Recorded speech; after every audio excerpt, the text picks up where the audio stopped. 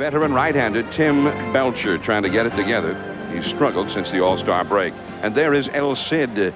Now with the departure of David Cone, he's got the best ERA on the Mets. And Sid Fernandez really should be commended on what he's done this year.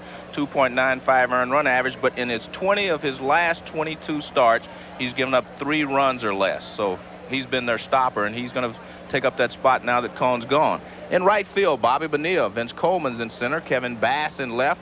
Chico Walker at third. Schofield's at short. Jeff Kent, newly acquired Jeff Kent, is at second base. Eddie Murray is at first base. Todd Huntley behind the plate. And El Cid, Sid Fernandez, on the mound. Now, if Sid Fernandez looked rather odd to you, you say to yourself, wait a minute, what is different? Well, Fernandez is wearing the Mets uniform of 1962, which was the first year of the Mets. It's a turn back the clock day, and both the Mets and the Reds are wearing uniforms that they used to wear back in 1962 when the Mets were born, playing in the Polo Grounds over in Manhattan. So here is Reggie Sanders in his 62 model red uniform, and he takes a strike from Sid Fernandez. And wouldn't Casey Stengel have loved to have had somebody like Sid Fernandez on his staff in 62? The original Mets, 1962, won 40 games and lost 120. They lost more games than any team in Major League history. There's strike 2 to Reggie Sanders, and Sid looks like he's got some gas tonight. Lou Piniella, he looks at home in that 30-year-old version of the red uniform. It was interesting. I talked to Piniella before the ball game, and he was kind of upset at reports that said he had screamed and yelled at his players in between the doubleheader loss the other day, and he said he did not. It was on Friday. Strike 3 call to the outside corner. Makes short work of Sanders. Well, the one thing that Sid Fernandez does very well is he has an overpowering fastball, but it also moves away from the right-handed hitter. Watch, right on the outside corner, 93 mile-an-hour fastball right on the corner. That's a perfect pitch. Good call there by Bruce Froeming. Right on the corner. One away now. Here is Hal Morris, just recently off the disabled list. They missed his bat terribly while he was out, hitting .291. He's the only left-handed hitter in the batting order tonight against the left-hander, Sid Fernandez. I don't think they expect a lot of production from Hal Morris against Sid Fernandez because he is tough on left-handers, but they want him to get some rhythm so he can get back in there every day after his stint on the disabled list. 1 ball, 1 strike. You see how far off home plate Hal Morris stands. He's like George Brett in that regard. Way off the plate, kind of lunges into the ball. Yeah, there's a good view of it. Looks like he couldn't even reach the plate from there. Well, he can't reach that outside corner, I'll tell you that. And that's what Fernandez is trying to hit. He hit it with the first pitch. He has missed with 2 since. But he also, when you get that far off the plate, you have to sort of dive in, and that also opens up the inside part to Fernandez as well. So he has 2 spots to pitch it. 2-2 now to Morris. Fernandez looks overpowering right now. And there's the fastball I'm talking about back on the inside. He can't handle that pitch either. Because he's diving into the pitch, he cannot handle the fastball back in. Now watch him dive in. So he can't handle that pitch. 2-2 count to Hal Morris. Barry Larkin on deck. Beautiful night here at Shea Stadium. There's the breaking ball. Strike 3 call. And Fernandez has struck out each of the first 2 Reds hitters. Again, it will be difficult from the left side against Fernandez. He also drops down. This is the view you get. He hides the ball to the last minute, and he freezes you on the outside part of the plate. Pitched right on the outside corner. Strike 3. Left-handed hitters for the year have a composite batting average of 198 against Sid Fernandez. So for a left-handed hitter, Sid is a slump waiting for him. Here is Barry Larkin. 2 down, nobody on. Yeah, somebody made contact finally. We know it's possible now. 0-1 to Barry Larkin. And Larkin has been making a lot of contact lately. He has been swinging the bat very, very well. He, Darnell Coles, and Bip Roberts really carried the Reds the second half. And now Roberts is out tonight. Coles is on the disabled list, so up to Barry Larkin. See, Larkin, 325 since the All-Star break. And even hotter lately, 373 the last 2.5 weeks. Curveball. Look out over there. And the count is 0-2.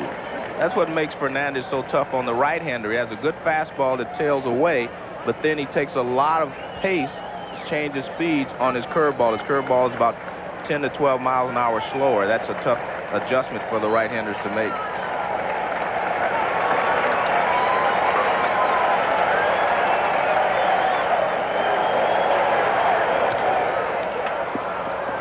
This is Schofield. Murray, 3 up and 3 down for the Reds, who are in danger of losing 4 in a row here to the Mets. No score after a half inning.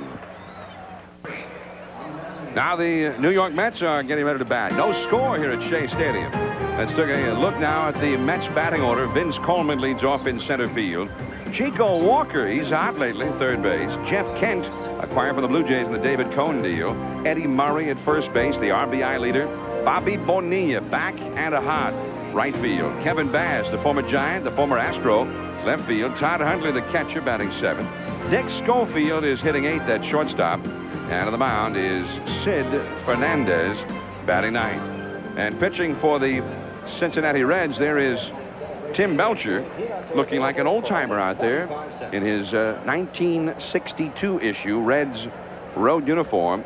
62 was quite a year. The Giants and Dodgers ended up in a tie for first and had a playoff in the National League to determine the pennant winner. The Reds won over 90 games and finished nowhere. Well, Tim Belcher throws a fastball and a hard slider. He's now developing a changeup. I think he needed a third pitch because everything he's thrown in the past was hard. The fastball, 90+ mile an hour. The slider around 90 miles an hour. He needed an in-between pitch, and I think now he's come up with it. The key will be how well he can control his changeup. Here's Vince Coleman, and he wants to wait for that plane to pass by.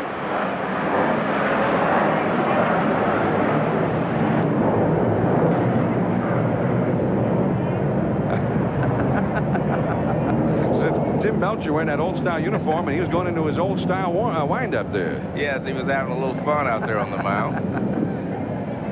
He's doing his Bob Feller impression. And that is ball 1. However, although he was kidding around a little bit there with Vince Coleman, I mean, this is a very, very important game for the Cincinnati Reds in the pennant race. After tonight, there will be only 33 games left in the schedule for the Reds. That's a strike. 1 ball, 1 strike. And if they win tonight, there'll be 4 back of Atlanta. And Atlanta continues a tough road trip in New York beginning tomorrow night. And Pinella knows after tonight, most of his games, 2/3 of them remaining are at home, where they have done real well. There's the changeup we talked about from Belcher. There's the different speed. And I really feel that that will make him a much, much better pitcher. I'm surprised that he hasn't come up with a changeup sooner than this appearance, but maybe the fact that he hasn't been able to control it as well as he'd like is the reason he hasn't been using it. There's the fastball, strike 3 call. Out number 1. Defensively for the Reds, Glenn Braggs in right, Reggie Sanders in center, Baroja is in left, Sabo is at third, Larkin's at short, Doran's at second, Morris at first, Oliver behind the plate, and Belcher on the mound. And while we were showing you that defense, Vince Coleman got into it a little bit with Bruce Froeming, the home plate umpire. Vince had started away from home plate, and now he's still hollering at Froeming, and he's been tossed out of the game. So I was about to say Bruce is not the guy you want to get upset at you this early in the ball game. Well, I hope you weren't looking elsewhere if you're a Vince Coleman fan, because we've seen the last of Vince tonight.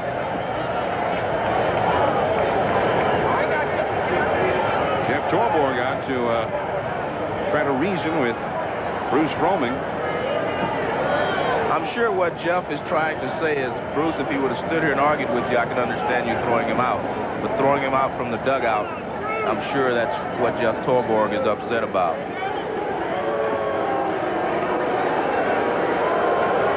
He threw him a changeup.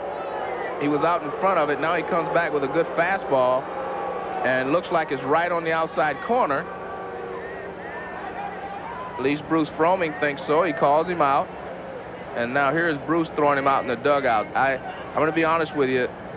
You know, if you're listening for the players in the dugout, then you're really looking for something a little bit there, unless Coleman, of course, was yelling loud enough for him to hear. He was sort of like a Bruce Froeming double play there. Hey, call him out, throw him out, double play. Here is Chico Walker. 1 ball and no strikes. And 1-1. Now, Chico Walker, this is a guy, a career minor leaguer. And just these last couple of years, getting a long look in the big leagues.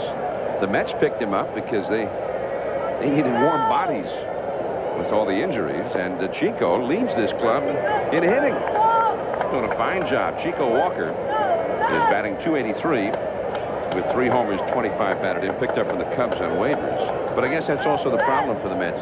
If Chico Walker leads your team in hitting, then you're in bad shape. Yeah, especially when you didn't count on him at all when the season started. But I want to go back to the Vince Coleman thing.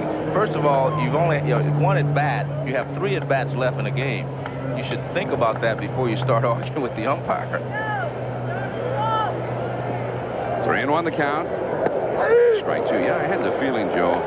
We had the shot, the close-up of Coleman, and saw him turn around and start arguing again or hollering. And you had the feeling right there that he knew he was risking getting tossed out of the game. And you have, I mean, my point is you have 3 more at bats. I mean, 1 at bat does not make or break your night. So, you know, kind of disappointing to get kicked out in the first inning, in my opinion. Sable's going to have to hurry. Well, he won't do anything at all. He wisely held the ball. And it's a base hit for Chico Walker.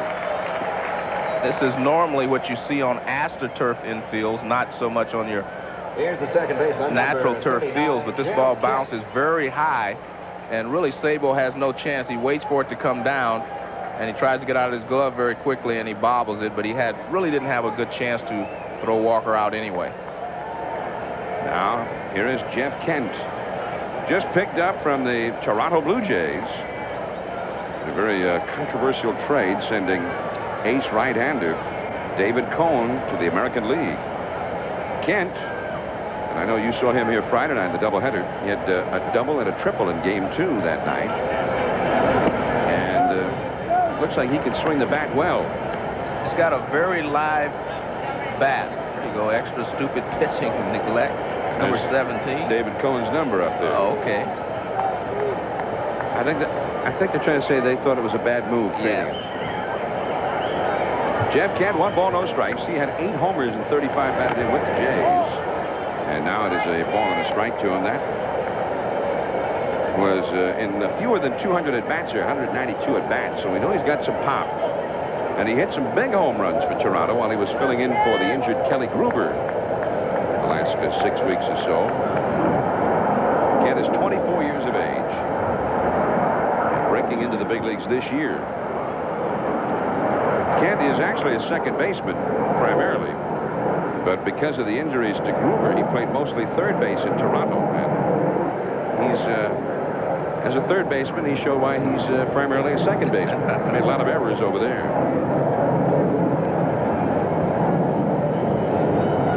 There's that slider foul off to the right into the third deck here at Shea Stadium. 1 ball, 2 strikes. 1 out, 1 on. Last of the first, no score. There's Bobby Bonilla in the hole. Jeff Torborg, the manager. Al Stottlemyre, the pitching coach. Jeff Torborg didn't turn out to be the greatest year to come over to manage the Mets. Such high expectations, so much money spent, so much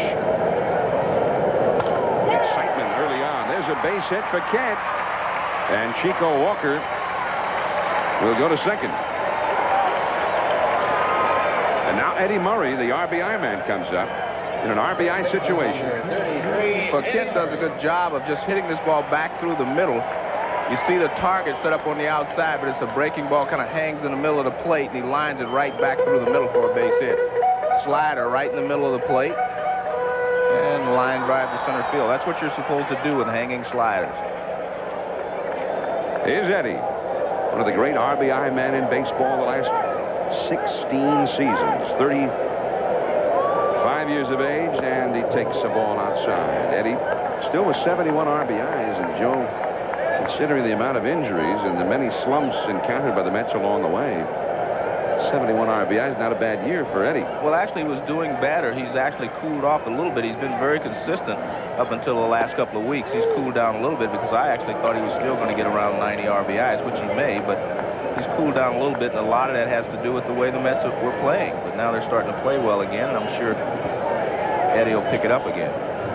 Well, including tonight, they've got, what, 36 games remaining. So if he just averages an RBI every other game, he ends up with right around 90. Right. Eddie Murray. 2 men on, 1 man out. The Mets threatening to go ahead here in the first inning. No score. Nice pitch right on the outside. 1-2. Good fastball. That one had some pop on it. 92-mile-an-hour fastball from Belcher. It'll look at this right on the outside corner. Good pitch by Belcher.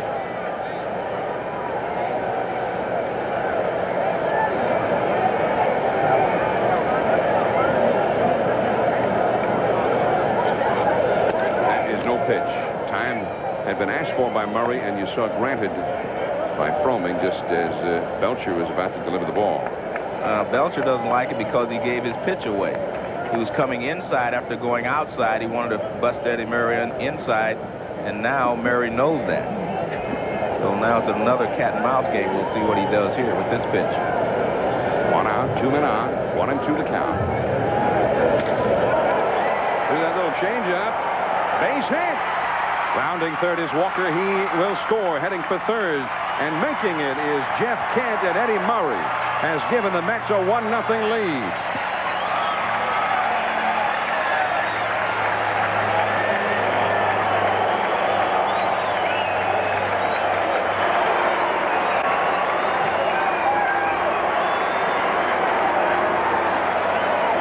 Chose to go back outside again on Eddie Murray.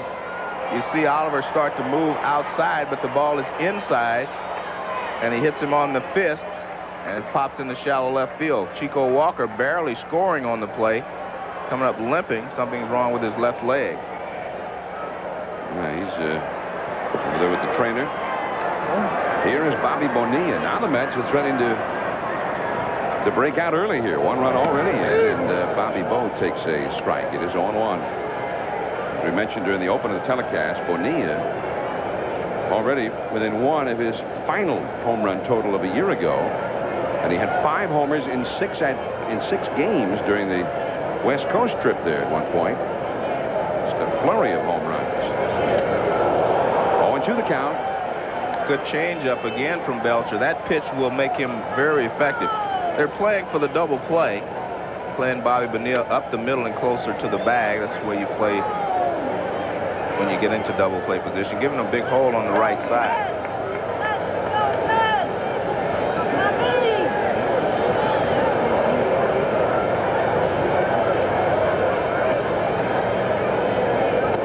Strike 3 call. Fastball.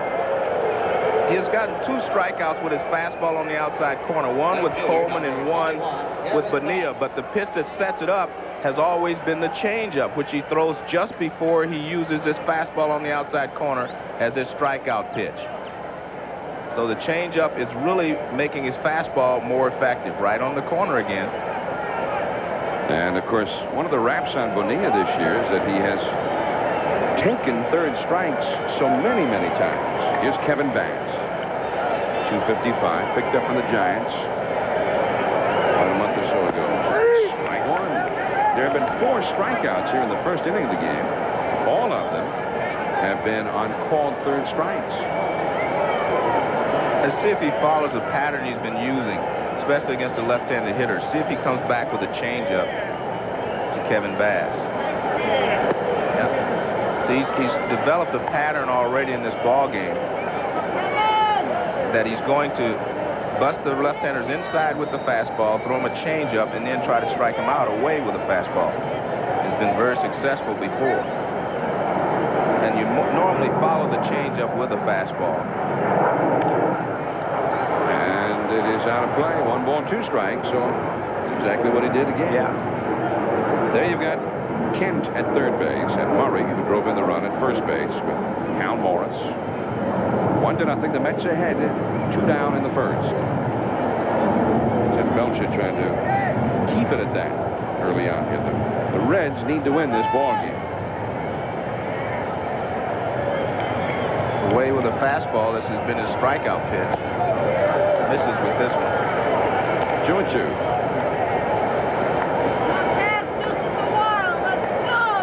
When Kevin Bass was acquired from the Giants, he was actually swinging that very well with the Giants, and then he came over here, got a hit in his first game, and then fell off. So he has been struggling lately.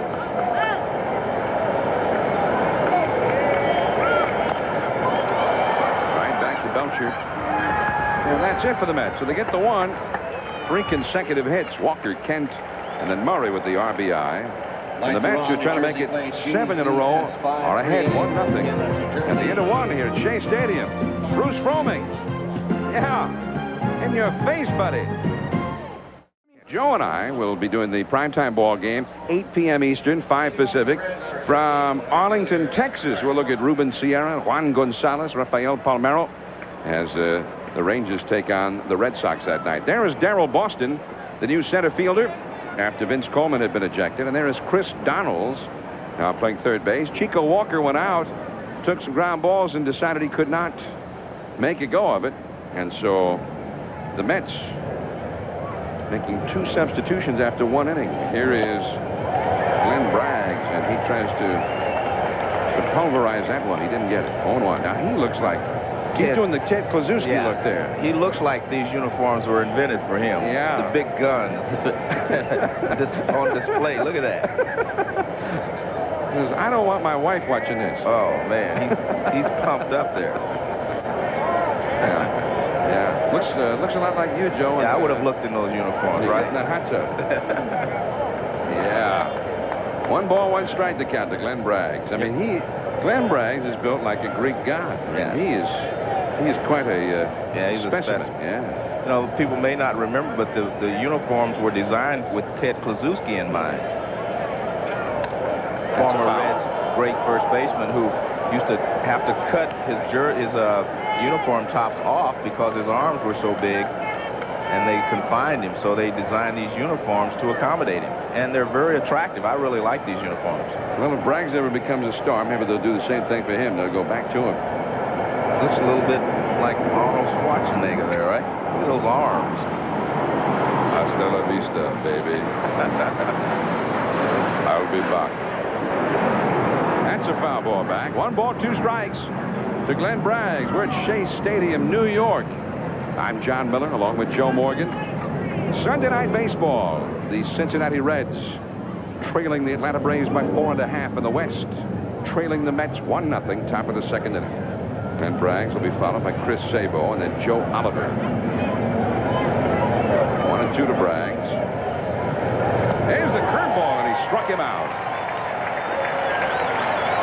Sid Fernandez, 3 strikeouts of the first 4 hitters he's faced tonight. Third baseman, number 17, Chris Fernandez has used his changeup, his off-speed pitches very well this season, even better than in the past. And here, after throwing a couple of fastballs, he throws a slow curveball, and Braggs is way out in front. I know he's been working with Lee Haney. Look at those arms. Look at the swing there. Loses the grip on his bat because he's so far out in front. Here's Chris Sabo. This is only the 19th game he has started since the All-Star break. He's got a problem with his right ankle. May need some surgery. Hitting only .247. Remember all the home runs he hit last year? 26. There's the changeup. Yeah. Called a strike, 0-2. They got 26 home runs from Sabo, 28 from Paul O'Neill last year. And O'Neill leads the Reds again this year with 11, but Sabo and they've just really struggled. Their production is way down. Look at it. Last year, 21 home runs at this time. That's a ball. Yeah, last year the 2 of them combined for 54 big flies, and so far they've combined for 20 this year. That's a big difference, too. I mean, even it's more than just 30 home runs. There's a lot of run production there. Big drop-off in big flies. Yeah. Just off the outside. 2-2. Even though he did not get the call on that pitch and he didn't get Sabo to go after it, that was almost a perfect pitch, and that's what he was trying for when he was ahead in the count 1-2. Deep left field. This is Bass at the wall, and he makes the catch. Sabo kind of wristed that one and got pretty good distance. The wind is blowing out tonight, and here is the weather. 73 degrees, 64% the humidity, and the wind at 5 miles per hour, although we say left to right, but right now the big flag in center looks like it's being blown out right out of the ballpark. Looked like that ball got some help from the wind anyway. Here is Joe Oliver, one of the World Series heroes for the Mets, or for the Reds in 1990. Remember that dramatic game, too, that really was the key game. Series around. You're right. That was the key game in the series. He won it with the base hit right along the third baseline in extra innings. With Tom Browning off at the hospital as his wife was delivering a child. 0-2 the count. Oliver, 263, got 9 home runs. 2 down, nobody out. Fouled back so far. The Mets lefty, Sid Fernandez, looks like he's going to be awfully tough on the Reds tonight. You know, and I mentioned early in the game that, you know, he really deserves a lot of credit for what he's done so far this year. I mean, just the way he got himself in shape. He's just done everything right this year. Worked very hard in spring training to get ready for the season. And it's unfortunate, as Dwight Gooden said, that he picked this year to have maybe the best year when the Mets team could not give him the run production or the runs that he's needed. A 2.95 earned run average, that is excellent. 2-2 now.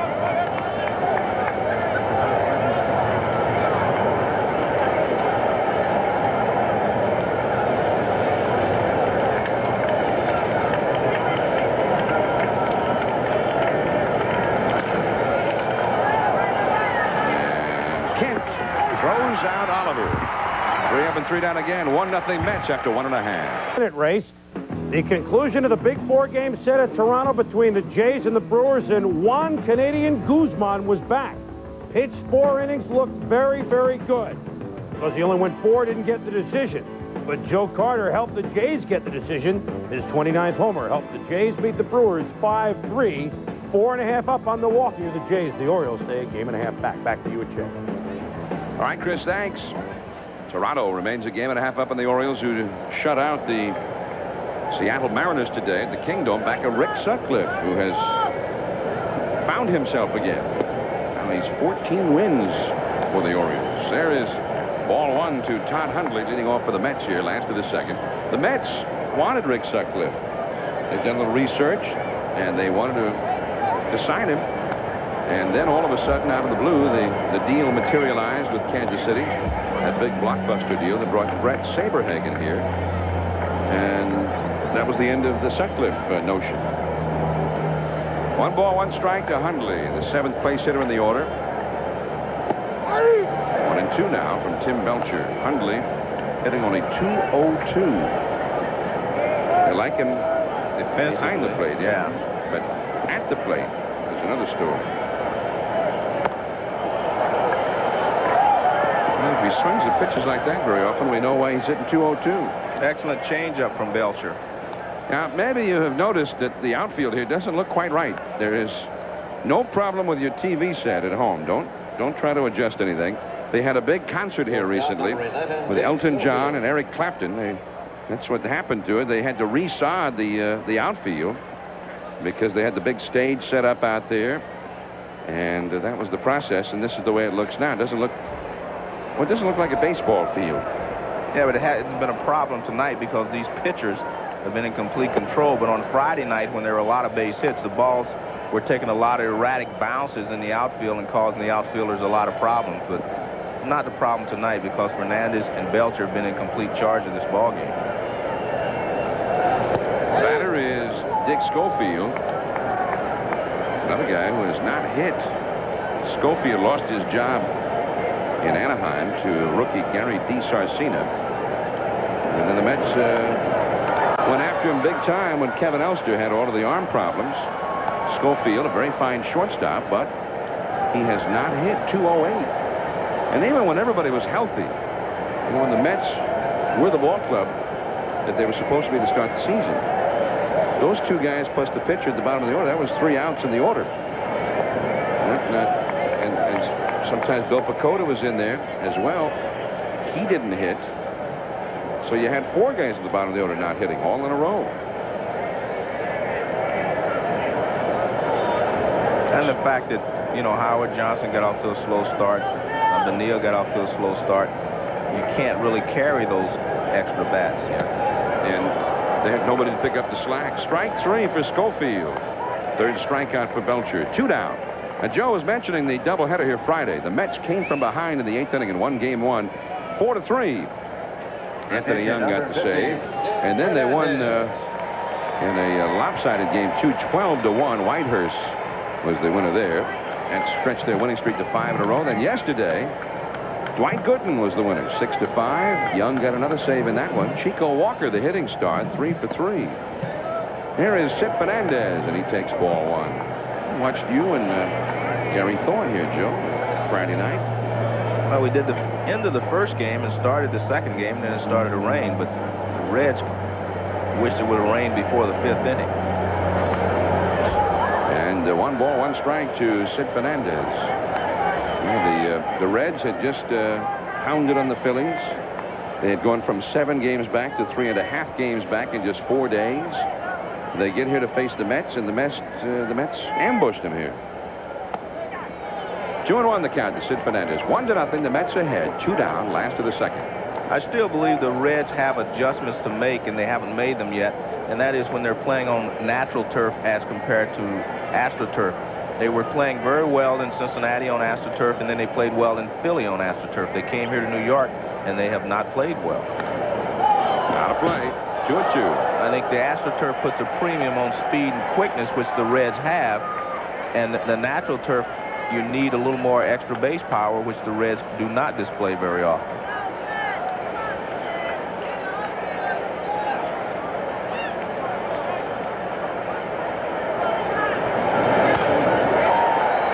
Larkin, the shortstop. And that's the inning. 1-0 Mets after 2. Geronimo Berroa when we return. And by AC Delco Automotive Parts. AC Delco. It's like buying time. Sunday night baseball from New York, New York. The Mets won and the Cincinnati Reds nothing. We head to the top of the 3rd. John Miller and Joe Morgan are here with you, and we have been joined by the Mets Executive Vice President and General Manager. That's Al Harrison. And Al, you made this big trade with David Cohn, and probably nobody's had a chance to talk to you about it just as of yet. Not many people, John. I am the most popular man in town, but not many people have had a chance to talk to me about it. All right, now you've had some time to think about it. Have you mulled it over and said, boy, do I regret that trade? Well, not really. I mean, a lot of thought went into it, as they do in all trades, as it does in all trades. But it was an agonizing decision for all of us. David Cohn is a terrific pitcher, and anybody would like to have him on your ball club. But it was just a situation where we had to make a very tough call, and we did the best we could. Geronimo Berroa up from AAA ball, facing Sid Fernandez. Shallow right, and Bonilla. That's one away. Berroa retired. 1-0. That's ahead. 3rd inning. The batter will be Bill Doran. What about the quote I read from Sandy Alderson, the general manager of the Oakland Athletics, who said he was shocked that you made the trade. He said he understood you weren't trading him, and he would like to have known about the fact that it was possible to trade for him, and maybe made a deal for him himself. Well, I'm sorry, it feels that way. We weren't going to shop David Cohn. I had no intention of shopping him all over both leagues. I really didn't want to trade him. 2 weeks before we did make the deal, I had said publicly that we weren't going to trade him, and that was the truth. I had no intention of doing so, but an opportunity came along late in the game with Toronto. I saw sort of a unique opportunity with Toronto. They have a lot of good young players that are backed up behind the Joe Carters and the Grubers and the Alomars and others, and I just felt we could make a deal with Toronto that was advantageous to us. And when you have a short amount of time, you have to just pull the trigger. Bill Doran, the hitter, and the count is now 1-2. Al, I've read or heard quotes from you that said that, you know, you're not in a rebuilding mode. You know, the Mets, you've got a lot of money committed to the players on the field, and you're not about to rebuild. And he struck him out. You know, when I look at your ball club, you know, as a former player, I look up the middle of your diamond, and I say to myself, if I'm going to improve the Mets, where do I start? And I say the middle of the diamond. You have to have a good, strong middle defense, meaning catcher, shortstop, second baseman, center fielder. I know you had Howard Johnson out there to start the season. I'm not so sure that experiment worked, although I know Howard Johnson put a lot of effort into changing. But I think that's where your strength has to come from if you're going to improve your ball club next year. Well, there's a lot to what you say, Joe. I think Jeff Kent, who we just acquired, has a chance to be a good young infielder for us. And, of course, we haven't had a chance to look at him for a very long time, but our reports are excellent on him, and the Toronto people spoke very highly of him. I've talked to 2 or 3 other clubs since we made the deal, and they are very high on him. So we're anxious to see him play here in September. As far as the middle of the infield is concerned, on the other side, Dick Schofield's done a terrific job for us defensively. You wouldn't find anybody that did a better job for their club this year defensively than Dick. But obviously he hasn't hit very much. Tim Belcher down on strikes, and Sid Fernandez has retired 9 straight Reds to start this game. 1-0 Mets after 2.5. It's the scene at Shea Stadium, New York, Sunday night baseball. The Mets 1 and the Reds 0. Last of the third. And the new top of the order for the Mets coming up. Instead of Vince Coleman and Chico Walker, we've got Daryl Boston and Chris Donalds, followed by Jeff Kent. After the ejection of Coleman and the injury to Walker put them on the shelf. So here is Daryl Boston, who's had a pretty good year for the Mets as a role player. Tim Belcher on the mound. Boston with 11 homers, 29 batted in, and he takes strike 1. Al Harrison of the Mets is here with us, the executive vice president, the general manager. 1 strike to count. Now, Al, since it was evident that David Cone really liked being in New York, he liked the scene in New York, is there any kind of possibility that as a free agent come the offseason, the Mets might go after him? Over is Morris. Got him anyway. Round number 1. When you talk about staying with a play, Morris stayed with this play very well. He bobbled it and then turned around and made a good play. But you also have to give Belcher credit because he got over there very quickly. Now he bobbles it, picks it up barehanded, throws on the run, and a perfect throw. Belcher's there. That's why I say Belcher deserves a lot of the credit. He was there waiting for the throw. 1 down, and here is Donalds. John, in answer to your question, I think David certainly did like to play in New York, and obviously we would like to have kept him. You want to repeat it for me? It's been so long since we've had the question before the answer. I kind of forgot exactly what it was. I mean, is there any possibility that he could be re-signed with the Mets? I guess what I was doing is buying time. Because you're going to get me in trouble on a tampering charge. All right, well, that's right. That's right. But Joe knows what I'm talking about. Yeah, I didn't ask the question, Al. But you're right. Obviously, David Cone's very attractive to anybody, but we would have to just look at him like we would any other free agent, the free agent market in the fall. Let me ask you a question here. Speaking just indirectly here, David Cone made quite a bit of money, you know, last year, you know, this year from the Mets anyway. The fact that he is not here, does that free up some money maybe for Barry Bonds, or, you know, when I talk to you again about defense and your center fielder? We haven't ruled out the possibility that we will get back in the free agent market. I would anticipate it would not be quite like it was last year for us when we were so terribly active. We've been out of the free agent market for a long, long time, and did get involved last year with Eddie and Bobby Bonilla and Willie Randolph. So we'll take a look at it, but you know, like anybody else, we'll have a budget. We'll have to work within and do the best we can. Well, I've talked to Bonilla. I've known him for a while. I think you're going to see a better Bobby Bonilla next year. I think before people start saying that this was a bust and a mistake by the Mets, which I don't think it is, I think you're going to see a different Bobby Bonilla next year. It takes a while to adjust to playing in New York, first of all, and also adjusting to a new team. There's no question about that, Joe. I think we will see a different Bobby Bonilla. I think Jeff Torborg would tell you the same thing. It takes a year to adjust. Barry Larkin throwing out Chris Donalds, and that's the second out of the Mets' third inning. Bobby Bonilla in the 5th spot of the batting order. Just to finish that thought, I really think Bobby will be old news next year as far as New York is concerned. He won't be the focal point anymore, and we'll have a lot of other people who will be in the spotlight because of whatever contracts they've signed or whatever may have developed. So I think he'll be able to relax a little more and play his game and be the kind of player we all know he is. Al Harrison, Executive Vice President, General Manager of the New York Mets, has been here with us. And Al, many thanks for stopping by, and we appreciate the candor and the fact that you're up front, out here willing to talk about all of this in the middle of all of this firestorm of controversy over this trade. Well, this too will pass, John. That's a good answer. Amen. Al Harrison of the New York Mets, and many thanks to Al for stopping by here with us on Sunday Night Baseball. And when the commissioner calls him next week about this tampering, you remember you asked him that question. Well, he's sharp. I knew he'd handle it. For those who are wondering, who are maybe new to the game through Sunday Night Baseball, when we talk about tampering, no club is allowed to make any kind of contact or even comment about a player who is under contract to another ball club until that player becomes a free agent if he does. And if anybody violates that rule, there are some very harsh penalties that can be assessed and have been in the past. Strike three. Jeff Kent down on strikes. He's 1 for 2 tonight. Top of the order coming for the Reds. 1-0 Mets. After the first 3 tonight, retired 9 in a row, including 5 on strikes. And the first 2 strikeouts of the ball game came against Reggie Sanders. Watch this fastball tail right on the outside corner. Strike 3 call. And here's Hal Marsh. Slow curveball catches him right on the outside corner again. Both of them knew it and walked right away. 5 strikeouts for El Cid. In just 3 innings. No base runners yet for the Reds. Here is Reggie Sanders again. Each Red in the batting order has been retired by Fernandez so far. The slow curve misses ball. Sanders went up to a real fast start this year, and then he got injured in one of the Sable Blitz. The Reds have had problems staying healthy this year. But they are still in the race. The Mets, who've had those same problems, are not.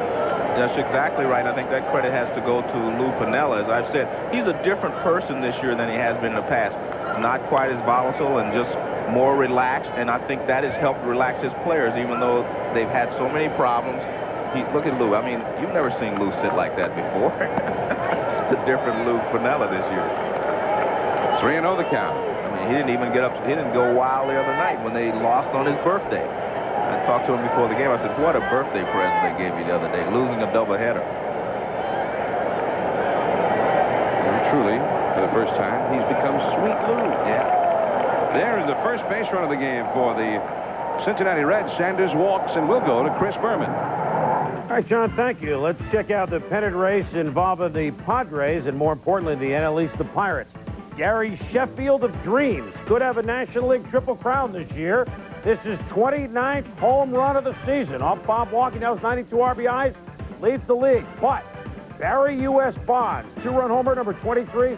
Pirates win at San Diego 6-3. They continue to lead the Expos by 3.5. Back to Shea. All right, Chris, thank you. Here is Al Morris. Runner at first, nobody out. Morris didn't look like much of a bunter on that one. He didn't look like much of a hitter the first time up either, but he's trying something different. You know, we mentioned the Pirates winning. Montreal won 4-0, and the #1 Montreal fan, Bobby Azoff, is very happy there in Montreal that they're staying close to the Pirates.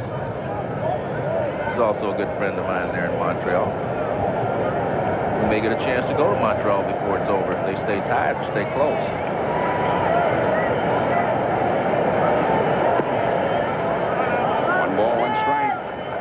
That ball game in San Diego that Chris was mentioning, not only the Bonds and Sheffield homer, Fred McGriff hit another home run. He's got 31 home runs. Reggie Sanders got some speed. You see 16 steals, been caught 6 times. 1 ball, 1 strike, nobody out. Right to the left fielder, Kevin Bass. So there's 1 away in the second inning. The Mets won. And the Reds, nothing. We're in the top of the 4th inning.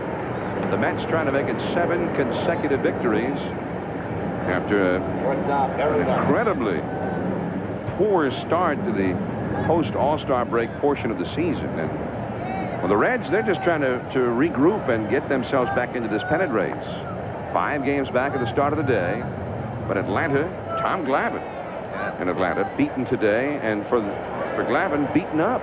And 2 times in a row, he's been after his 20th in has not been able to get it yet. And got knocked out early both times. It's got to be very worrisome for the Braves today. He went 2 2/3 innings and gave up 5 runs and walked 4.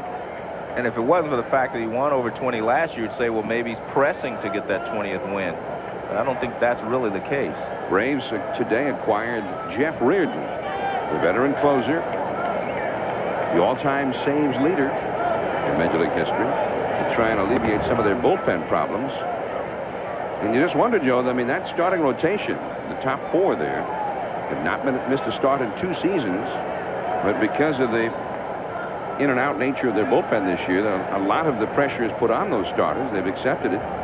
And you wonder what kind of wear and tear that has provided for that starting rotation, because right now, the last 10 days or so, that rotation is getting lit up. And you never expected that. You know, they were playing so well, and then all of a sudden it just seemed like the pitchers could not get, you know, past the 4th or the 5th inning. 1 ball, 1 strike. To Barry Larkin, 1 out, 1 on. Down the left field line. This is going to be trouble. Into the corner, and it is an automatic double. And so Reggie Sanders will be made to stop at third as Larkin pulls up to second with his 27th double of the year. That one bounced over the barrier for the automatic 2 bases. First hit for the Reds. Coming into this inning, he had retired 9 in a row, and now 10 in a row, actually, a base on balls. And this double looks like it's a changeup that he gets into the middle of the plate, and Larkin hits it. It bounces above the fence. That's why it's an automatic ground rule double. It bounced over the fence and actually hits the wall and bounces back in play. Larkin, again, has been swinging the bat very, very well, and Fernandez made a mistake with a changeup in the middle of the plate. And that brings up Glenn Braggs, he of the fearsome biceps. Chance to at least get the tying run home, which he's got to do. He's the cleanup hitter.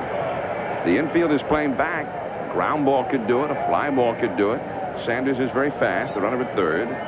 Base hit could bring home 2. You see how the Mets are playing it. 1-0 Mets. They're conceding the run on a ground ball to any of the infielders.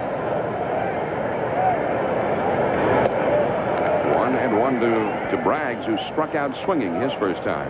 The Reds have been getting a lot of runners on base all year, but they have not been able to get them across the plate. They have not hit as well with runners at third and less than 2 outs, or with runners at second in these situations as well as they would like. They have just not been able to get the key hit at the right time. That's a fair ball down the left field line. Sanders scores the tying run. Here comes Larkin with a go-ahead run, and Bragg steams into second with a stand-up double. His 32nd and 33rd RBIs of the season. I'm not sure if he hit that one with the bat or with one of those biceps. He hit it hard, I know that. Fernandez has been throwing very well, moving the fastball away and throwing the changeup in the curve. Here he gets hurt on an off-speed pitch again. It's on the inside part of the plate, and it's pulled past third base.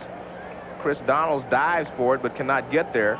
Again, see, sometimes you have a third baseman and your shortstop work together, and your shortstop will tell the third baseman the changeup's coming, and sometimes they can get a little better prepared for that. It didn't look like Donalds was looking for anything towards him. Now Chris Sabo, the hitter. It's a foul, backing out of play. Sabo hit one back near the wall in straightaway left field his first time where it was caught. He is 0 for 1. 2-1, the Reds are ahead. Both of the hits have come off speed pitches here from Fernandez. Not that that's not a good pitch, but he hasn't been setting the off-speed pitch up as well here in this inning as he had the previous 3 innings in the ball game. The Atlanta Braves come here tomorrow night for a doubleheader with the Mets. Braves are probably already here, coming up from Philadelphia. And the Mets, of course, have been hot. The Reds will go home.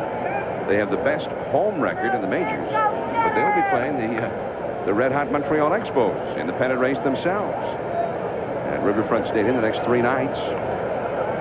The Reds and the Expos will have at it. Sabo takes a ball, 1 ball and 1 strike. Fernandez has a pretty slow delivery to the plate, and Bragg is trying to timing him and get a big jump at second base, and we may see a steal of third if he can time him right.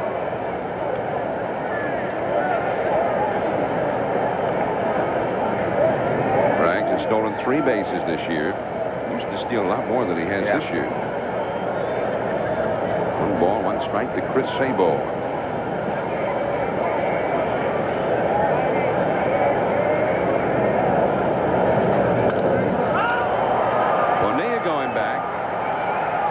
Tagging at second is Braggs, and he will move over to third base. And Sabo is retired. Out number 2 in the 4th inning. Don't forget now, Texas Tech, red hot at the end of last season, won 5 of its last 6 to finish second in the SWC. All-American candidate, free safety Tracy Saul and Robert Hall, one of the league's most versatile quarterbacks, will be in action against Oklahoma. Oklahoma's quarterback, Cale Gundy, will try to pick up where he left off. ESPN's coverage of college football debuts on Thursday. This coming at 7:45 Eastern, 4:45 Pacific, with the weekend kickoff show. Then 8 o'clock Eastern, it's Oklahoma and Texas Tech. There's a strike to Joe Oliver.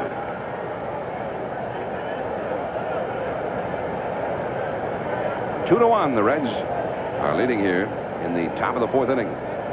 For as many slow curves as Sid Fernandez is throwing to these right-handed hitters, I think Donald should probably be a little closer to the line, because he's getting a lot of change-ups and slow curves on the inside part of the plate to these right-handed hitters. 0-2 the count. Donald's is wide of the bag there at third. I mean, quite wide, to be honest with you, when he's throwing as many off-speed pitches as he is.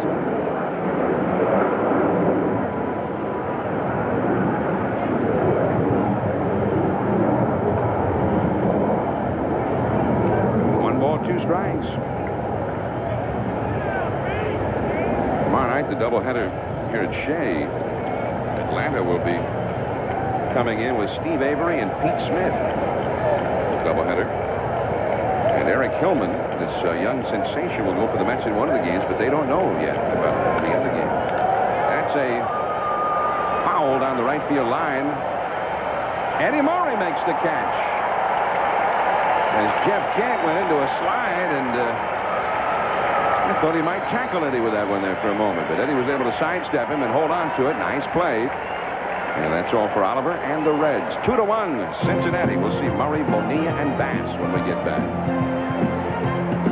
Reds 2, Mets 1. We go to the last of the 4th, and the power is up for the Mets. Eddie Murray, who delivered the Mets' first run with a single to left. He'll be followed by Bobby Bonilla and then Kevin Bass. Dribbler foul. 0-1 to Eddie Murray. Murray never a most valuable player in his career, which is shocking. Yeah, but there was a 5-year period in the early 80s where, for the 5 years combined, he had more MVP votes than any player in the majors, and yet he never had any one year where he actually won the award. There were some years I thought he should have. Cal Ripken won it in '83 when the two of them helped lead the Orioles to a World's Championship. And, of course, Cal played shortstop, and he did some big things. But Eddie Murray was truly the heart and soul of the ball club. And, nonetheless, Cal won it. And he deserved it. Right. I think you're right. What you're saying is exactly right. Either one of them could have won it. Yeah. And I think the fact that Cal played a more difficult defensive position may have helped him. It did. Playing shortstop is a very difficult position to play in the major leagues. 2-1 the count to Eddie.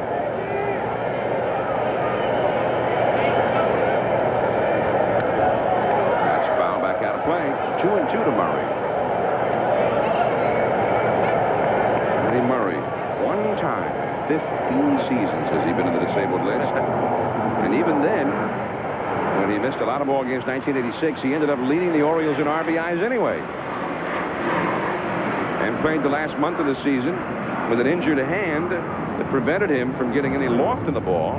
He sort of became Rod Carew the last month of that season, but never told anybody. Yeah. He says if he told anybody, the pitchers would exploit that injury. And Eddie Murray, in his career, he's averaged nearly, 156, 157 games a year. It's very rare for Murray to ever miss a game.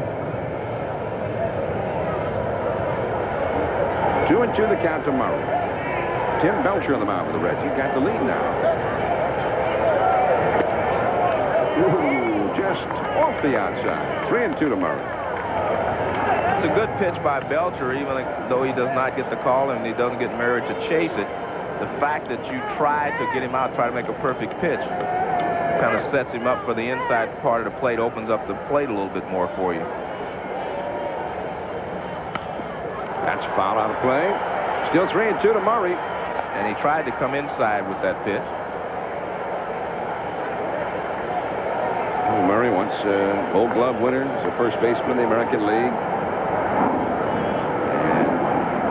And he's the guy you want to have up there in the clutch. He wants to be up there in the clutch. A great clutch hitter for years and years. And he fouled that one away. Still 3-2 to Murray. You know, it's funny. I watch his swing. I watch his stance. And you have to be very strong to hit from a squatted stance a little bit like Murray does and to hit a lot of home runs. It's unusual because you don't get a lot of drive from your legs. You know, he uses his hips and his upper body, but he really obviously hits the long home runs. He doesn't hit them as prodigiously as, say, central fielder, but he hits a lot of long home runs. Larkin throws him out, and there is one away. Sid Fernandez gave up a couple of runs there in the 4th inning. John, I was talking earlier about when I play second base, I would give the first baseman a sign telling when a changeup is coming. And on these two pitches, apparently they did not tell Donalds that a changeup was coming because you start to lean that way a little bit with the pitch. If you know a changeup is coming, gives you a little extra jump on the ball. See, he didn't lean that way and didn't get there. High drive into center field, hit by Bonilla. It's a soaring fly ball, very majestic. But it is also an out. Bonilla is now 0 for 2. Trouble with those long, high, majestic fly balls, John, as they come down, you're usually out. Yeah, except if you're Jose Canseco. Yeah. We'll take a look at this pitch. Bonnilla's stance is a little different. His swing is a little different now, and I think it's because of the rib injury. He shortened both his swing and where he holds the bat. That's a shorter, quicker swing for Bonilla than he's had at the beginning of the season. Here's Kevin Bass, and he takes ball 1. It's one of those balls where Bonilla hit it real hard, and I guess Joe just barely missed getting that one right in the spot where it would have got out of this ballpark. 1 ball and no strikes to Bass, 2 down and nobody on in the 4th inning.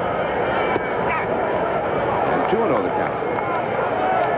By the way, we mentioned Jose Canseco. We will see Canseco and the Oakland Athletics, who are on a roll, to say the least. They have the best record in either league now. They won again today. Back of former Met Ron Darling. He won 12 games for the Athletics. Next Sunday night, 8 o'clock Eastern, 5 Pacific. It'll be at the Oakland Coliseum. The Boston Red Sox and company and the Oakland Athletics. Tony La Russa may be turning in his very best managerial job and a very distinguished career. The interesting thing there, I believe, John, is that Mark McGwire really carried them the first, half of the season. Without Mark McGwire, they would have fallen out of the race. He kept them in the race, and now he's been injured, and Canseco and Henderson and the rest of the guys are picking up the slack. It's amazing. Carney Lanspa's really played well, so that is an amazing ball club, but that shows you how good they really are. Right to Larkin. They have not been able to get a ball past Larkin tonight. That is 11 batters in a row retired by Belcher. 2-1 Reds after 4. 10th, 1963, the Polo Grounds. Cincinnati at the Mets. Bottom of the 9th. The Mets, Duke Snyder at the plate. Lindsey Nelson with the call.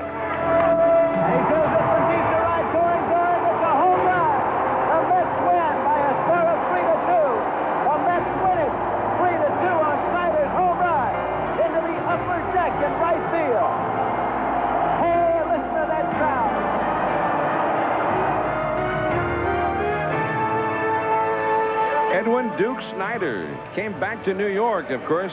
The Brooklyn Dodgers had moved to Los Angeles, and Duke came back in '63 and won last year in New York. He helped raise attendance at the Polo Grounds, hit 14 home runs for the Mets. That particular home run, which is one of the biggest in the Mets' early history, Duke Snider, that was his 399th. And, of course, as we look there, black and white, we're reliving 62 here tonight. That home run was 63, but tonight is turn back the clock night to 1962 at Shea. The Reds and Mets are both wearing the uniforms of that season 30 years ago. I have a trivia question for you in a second. Okay, I love those, except if I don't get them right. Well, we know the thing that was odd in that picture was Snider hit the home run, but he was wearing number 11. What kind of a number was that for number 4 to be wearing? Thank you. You Was did that the notice. question? That was the question. Yeah, you did notice. But I don't know who was wearing number 4 in 62 was going to be my question. Well, that's a good question. Wouldn't give it up, I guess, whoever it was. Yeah, whoever it was. 2-0 to Geronimo Berroa. And now 3-0. He'll be followed by Bill Doran and then Tim Belcher. Berroa in AAA this year hit .328 with 22 homers. Yeah, they think he's going to supply a lot of power from the right side. And ball 4. So Sid Fernandez, who started that 2-run 4th inning rally off by walking a man, does it again here. Tuesday night, Will Clark and the San Francisco Giants visit Three Rivers. Barry Bonds and the Pirates, first place in the East, will be waiting.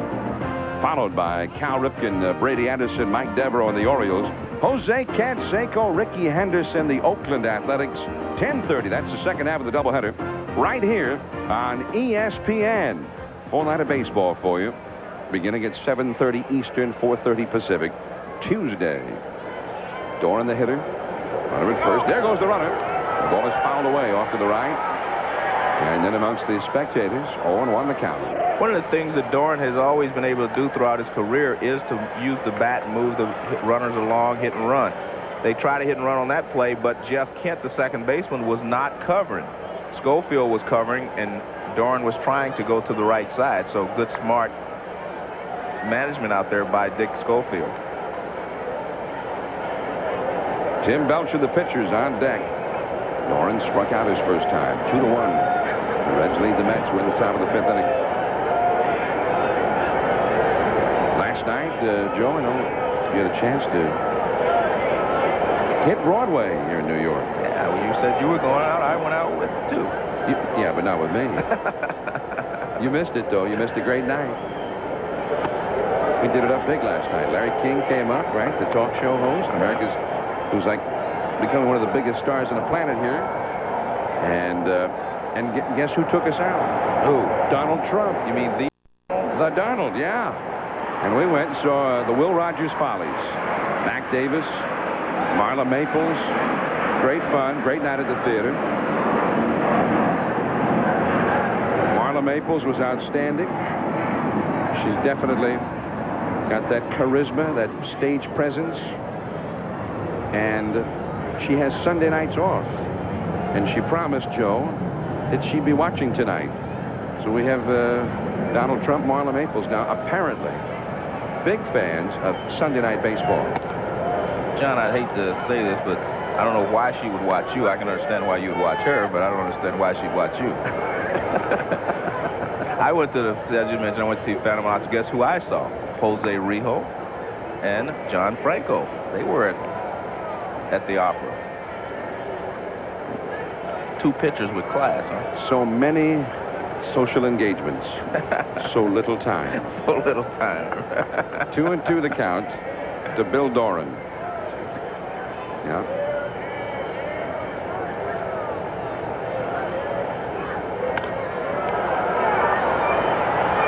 Bobby Bonilla. One out here in the 5th inning. And before Belcher bats, let's go to, well, who is it? Chris the Boomer, I'm the thinking. Boomer, yeah. Chris Berman. I can't tell you how much trouble you're in, John. When we go from the Donald to Don Juan, as in Juan Gonzalez, all his homers go to straightaway center. His 37th of the year. He had 2 last night. He's 1 behind McGuire in the AL home run race. Texas leads at home against the White Sox 6-3. Let's go back to Bob. Is he awesome or not, Gonzalez? I'm not talking about the Boomer. I'm talking about Gonzalez. Good, is he yeah. awesome or not? Well, definitely Gonzalez is man, awesome. Yeah. Awesome. Here's Tim Belcher. I think he might bunt. That's my prediction. I'm convinced that Belcher's going to bunt here. You okay? You probably have a better than 50-50 chance that he will try to bunt. I'm not sure he's going to bunt. You said he's going to bunt. I said he will try. Bunting is... don't try to get me on a technicality. Well, bunting is not, as easily done these days as you might expect it to be. He's going to attempt to bunt. All right. Yes, now that's better. All right. I think he will attempt to bunt also. Oh, it's easy for you to say now. 1 ball and no strikes to Belcher. He struck out his first time. Runner at first, 1 out, 5th inning. 2-1, the Reds lead. Yeah, look at that. Almost. Foul ball. Kind of popped it in the air, too, which is not what they like to see. Those bunting experts out there. A ball and a strike. What normally happens is the barrel of the bat will drop, and that's when you pop the ball up. Now, let's see if the barrel of the bat drops on this, and is that the reason that he pops the ball up? Yep. Barrel is lower than the ball. You always keep the barrel above the ball and just play catch with it. And that's how you get the perfect bunt. I know how to bunt, I just couldn't. You were not a good bunter? Not a good bunter, but I knew how. And he's out. Berroa taking off. Belcher missed the bunt attempt, and Berroa is nailed at second with Schofield taking the throw. Not a good throw by the catcher Todd Huntley, but an excellent play by Dick Schofield at shortstop. And there you see Piniella upset because someone obviously missed the sign. Now we watch Belcher square around. He misses it completely. Poor throw, but good play by Dick Schofield. And Belcher is down on strikes, meanwhile. And that ends the inning. So the 6th strikeout for Sid Fernandez, halfway through it. 2-1 Cincinnati. Stay in baseball. Miller Genuine Draft Light. August 30th, 1905. Ty Cobb made his major league debut, doubling off Jack Chesbro. You remember Ty Cobb? Amassed a bunch of stolen bases and hits. John Miller used to call play-by-play of his games, guys. Oh, man. I'm not going to let you forget that, John. Well, the Donald and Marla, they know better. Ball 1 to Todd Huntley. Dick Schofield and Sid Fernandez will follow against Tim Belcher, last of the 5th inning. 2-1, the Reds lead the Mets. Jack Chesbro, the man against whom Cobb got that first base hit, lo these many years ago.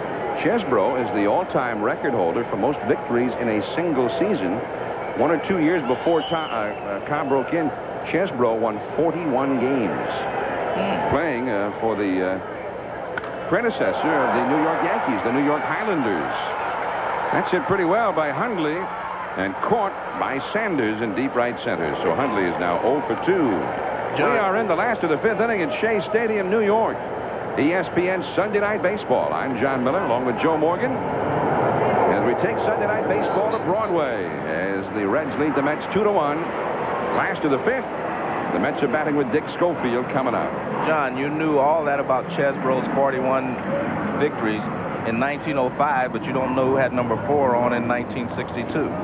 Well, no, Chesbro was in 05. That was Cobb. Oh, okay. Well, Chesbro was 03 or somewhere around. So you can remember back to 1903, but you can't remember who had the Mets uniform on number 4. Charlie Neal. All right. 1963. Took you long enough. When Duke Snyder hit that game-winning home run, wearing number 11. We looked, actually, Peter Pasquarelli looked it up for us. Charlie Neal, who's also a former Brooklyn Dodger, playing for the original Mets. He had number 4. You think he refused to give it up? You think that was it? He must have, because I'm sure Duke would have wanted it back. 1 ball and no strikes to Schofield. For the Mets of 1962, playing at the Polo Grounds, lost 120 games, one of the worst teams of all time, and a ball club also that lives forever. I mean, it's a legendary ball club. They were much loved here. They called Mets fans in those early years the new breed. They began chanting, you know, let's go Mets at Mets games. Young fans came out. And that is now 3-1. Casey Stengel, legendary manager, was the skipper of the Mets. Still speaking his Stengelese, and the Mets were called the Amazing Mets. I'm going to give you one more chance at this Mets trivia question. Strike 2, 3-2. The Mets colors are blue with a little orange in them. Why? Oh. What do I look like? Some fashion designer? I mean, you should know that. What, because it goes so nicely together? Or? No, it's a tribute to both the Brooklyn Dodgers and the San Francisco Giants when they left. Or the New York Giants. New York Giants when they left to go to San Francisco and L.A. Well, that's a good one. Schofield retired. 2 down. I want to remind you now, Wednesday night, 7:30 Eastern, 4:30 Pacific. Marquise Grissom and the Montreal Expos meet the Cincinnati Reds. Barry Larkin and company from Riverfront Stadium. That will be Wednesday, 7:30. The Expos, 3.5 back of the Pirates in the East. And Les Reds, of course, in the West. If they win tonight, 4 back of Atlanta. Here's Sid Fernandez, strike 1. It will be Gary Thorne and Dave Campbell, and Jose Rijo will take on Mike Gardner in that Wednesday night ball game right here on ESPN. Sid hits a soaring pop-up. Sabo, the third baseman, back into fairground, and that's the inning. Fernandez 0 for 2, and Tim Belcher has retired 14 straight Mets.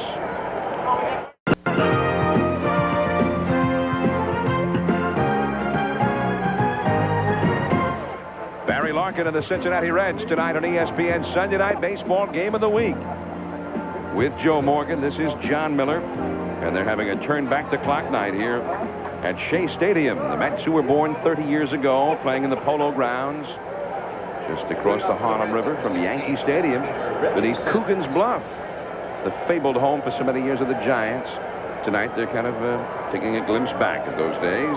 There's a teammate of mine, Tony Perez. Look how slim he looks. I was out here today. Tony was running. Pete Rose would be proud of him. Thin doggy. And we talk about great RBI man and clutch hitters. Here is Reggie Sanders, leadoff man, fouls it back. He led off the 4th inning with a walk and started the 2-run rally, which has the Reds leading this ball game 2-1 as we play the 6th inning. By the way, Reggie asked us to send along birthday wishes to his mother down in Florence, South Carolina. So happy birthday to Mrs. Sanders from Reggie. What a good son. And also from John and Joe. That's right. The second that thought. Happy birthday, Mrs. Sanders, down in South Carolina. Reggie has struck out and drawn that walk and scored a run. He'll be followed by Hal Morris and Barry Larkin here in the 6th inning. The Reds have only 2 hits in the game, but they got them back-to-back in the 4th inning, both doubles. And that's when they put 2 runs on the board to lead Sid Fernandez. The only other time they faced Sid this year, he gave up 1 run to them, and they beat him 1-0.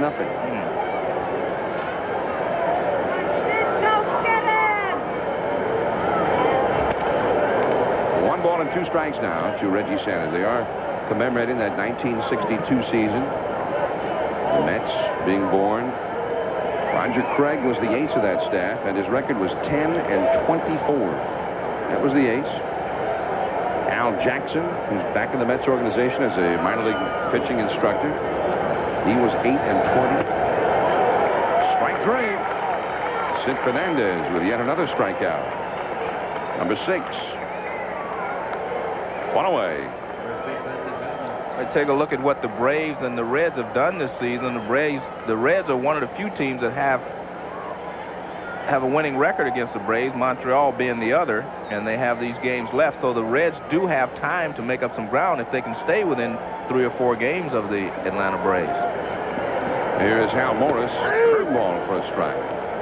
And again, if you missed the news on Baseball Tonight before our telecast, Jeff Reardon has been acquired by Atlanta in a trade with the Boston Red Sox for 2 players to be named later. 0-2 the count to Hal Morris, who has struck out and flied to left. I never had a chance to face Sid Fernandez. I'm left-handed, but I tell you what, he looked like he'd be awfully tough to hit from the left side. I mean, he is keeping Hal Morris completely off balance with a variety of change-ups, curveballs, and moving the fastball in and out. Hey, let me just say this, Joe. Great career for you. But if Sid Fernandez had been pitching in a night where you were, against your team, yeah, you would have had a sore back that night. Okay. I maybe need a night off, Skip. There's a curveball, and Sid's got it. And that's the second out. Morris retired. 2 down in the 6th inning. But I said at the beginning, I don't think Lou Piniella was expecting a lot from Hal Morris tonight, but he wants to keep him in there so he can get some rhythm and possibly, be a factor for the Reds the rest of the way, because he's just come off the disabled list and he has been swinging the bat well. So you do not want to take him out for one day, especially after he had hit a home run yesterday and was swinging the bat well. Here's Barry Larkin. He has grounded a short and hit a double. That was the first hit against Fernandez and really fueled that 2-run rally. It put runners at 2nd and 3rd. Oh, there's a nice slow curve dropping in there. Strike 1. And after Larkin's double set it up, Glenn Braggs delivered with a double of his own and both runs scored. And Donalds is closer to the bag at 3rd now than he was the first when they hit the doubles before. So he's a lot closer to the 3rd base bag now. See him walking around over there. He actually takes a little step closer once the pitch is delivered.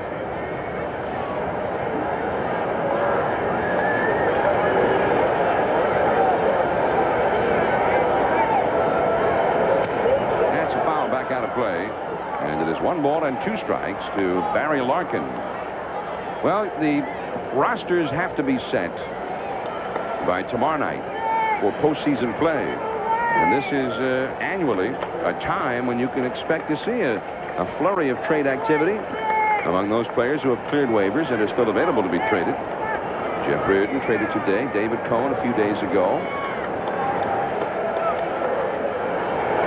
That's a foul ball right back beneath us. 1 ball, 2 strikes. And I know there are contending teams who would still like to pick up some players. The Orioles have been rumored to be trying to make some kind of a move for maybe a right fielder or another pitcher. And the Oakland Athletics would sure like to get another pitcher for the stretch run. You mentioned how Alderson sounded so upset that he didn't even know about the Cohen trade ahead of time. I am tied 2-2. What about the Chicago Cubs? Because there's a lot of speculation that they're not going to be able to sign Greg Maddux. And Andre Dawson is also eligible to be a free agent at the end of the year. He may not be back. I don't think they can trade Dawson. He's got 10 years and he's been with the Cubs 5 years now. He'd have to agree to it. Yeah, they may be able to trade Maddux. Play down the right field line. I think the players have to be in the city that they're traded to by midnight tomorrow. Is that correct? Well, that's the old rule. The old rule. They okay. changed that. All right. Now the trade just has to be made by the deadline. Because I remember Freddie Lynn, they were rented a plane to get him to Baltimore on time. Well, to get him from Baltimore to Detroit. And he did not make it. Or in fact, he was in L.A. and had to get to Detroit by midnight. Into left center field, into the alleyway. Chasing over to cut it off is Bass. But easily into second with a double is Barry Larkin, his 2nd consecutive double of the game. Well, we talked about Barry Larkin swinging the bat so well. He keeps the bat so level so long through his swing. Watch how level the bat stays throughout his swing. I think that's the key to his success.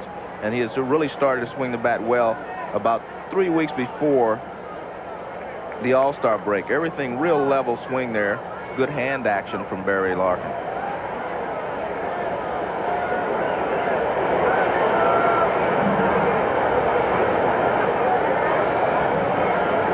Glenn Braggs, 2-run double his last time. Good fall. Boston can't hold it. Larkin will score.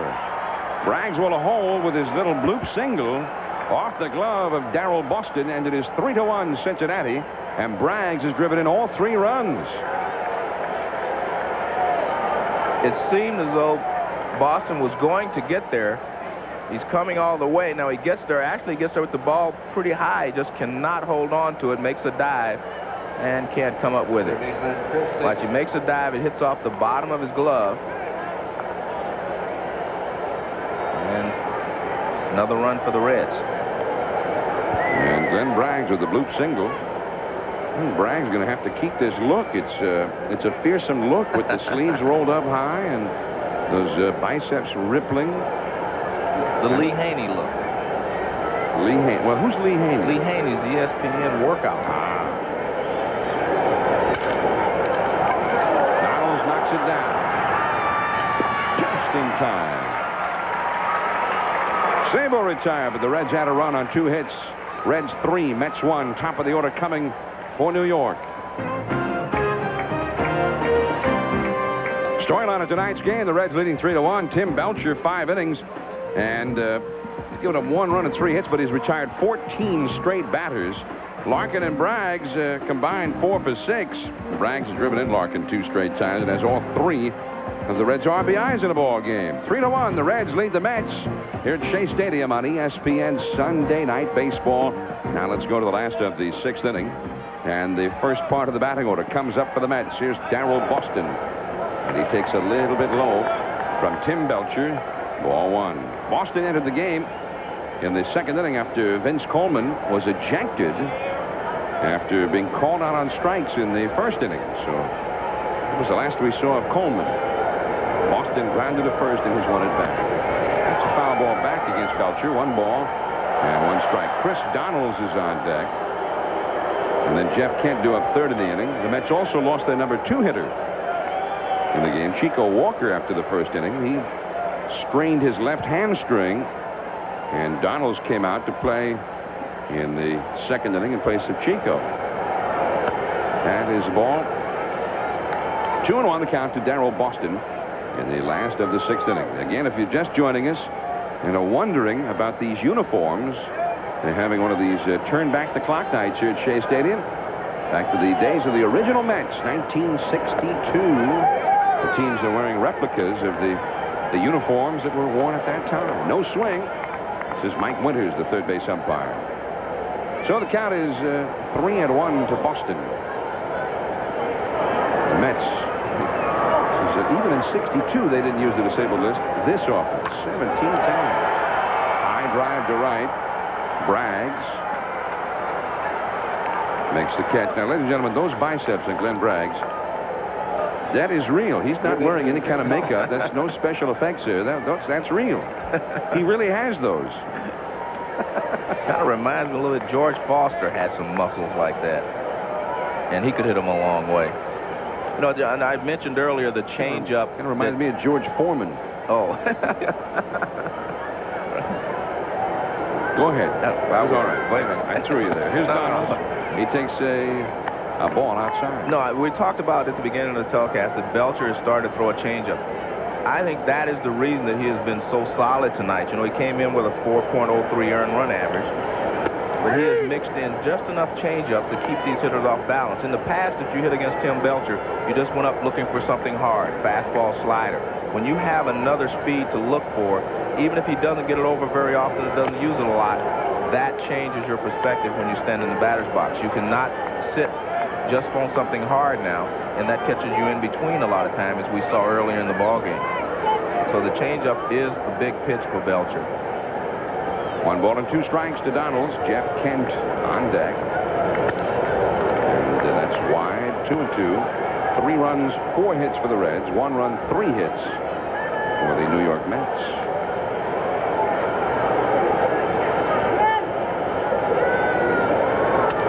And that's a foul. The Mets, the original Mets in 62, lost their first 9 games. And only then did they finally win one. And losing streaks were a way of life for that ball club in 62. Lost 120 games. 2-2 the count to Donalds.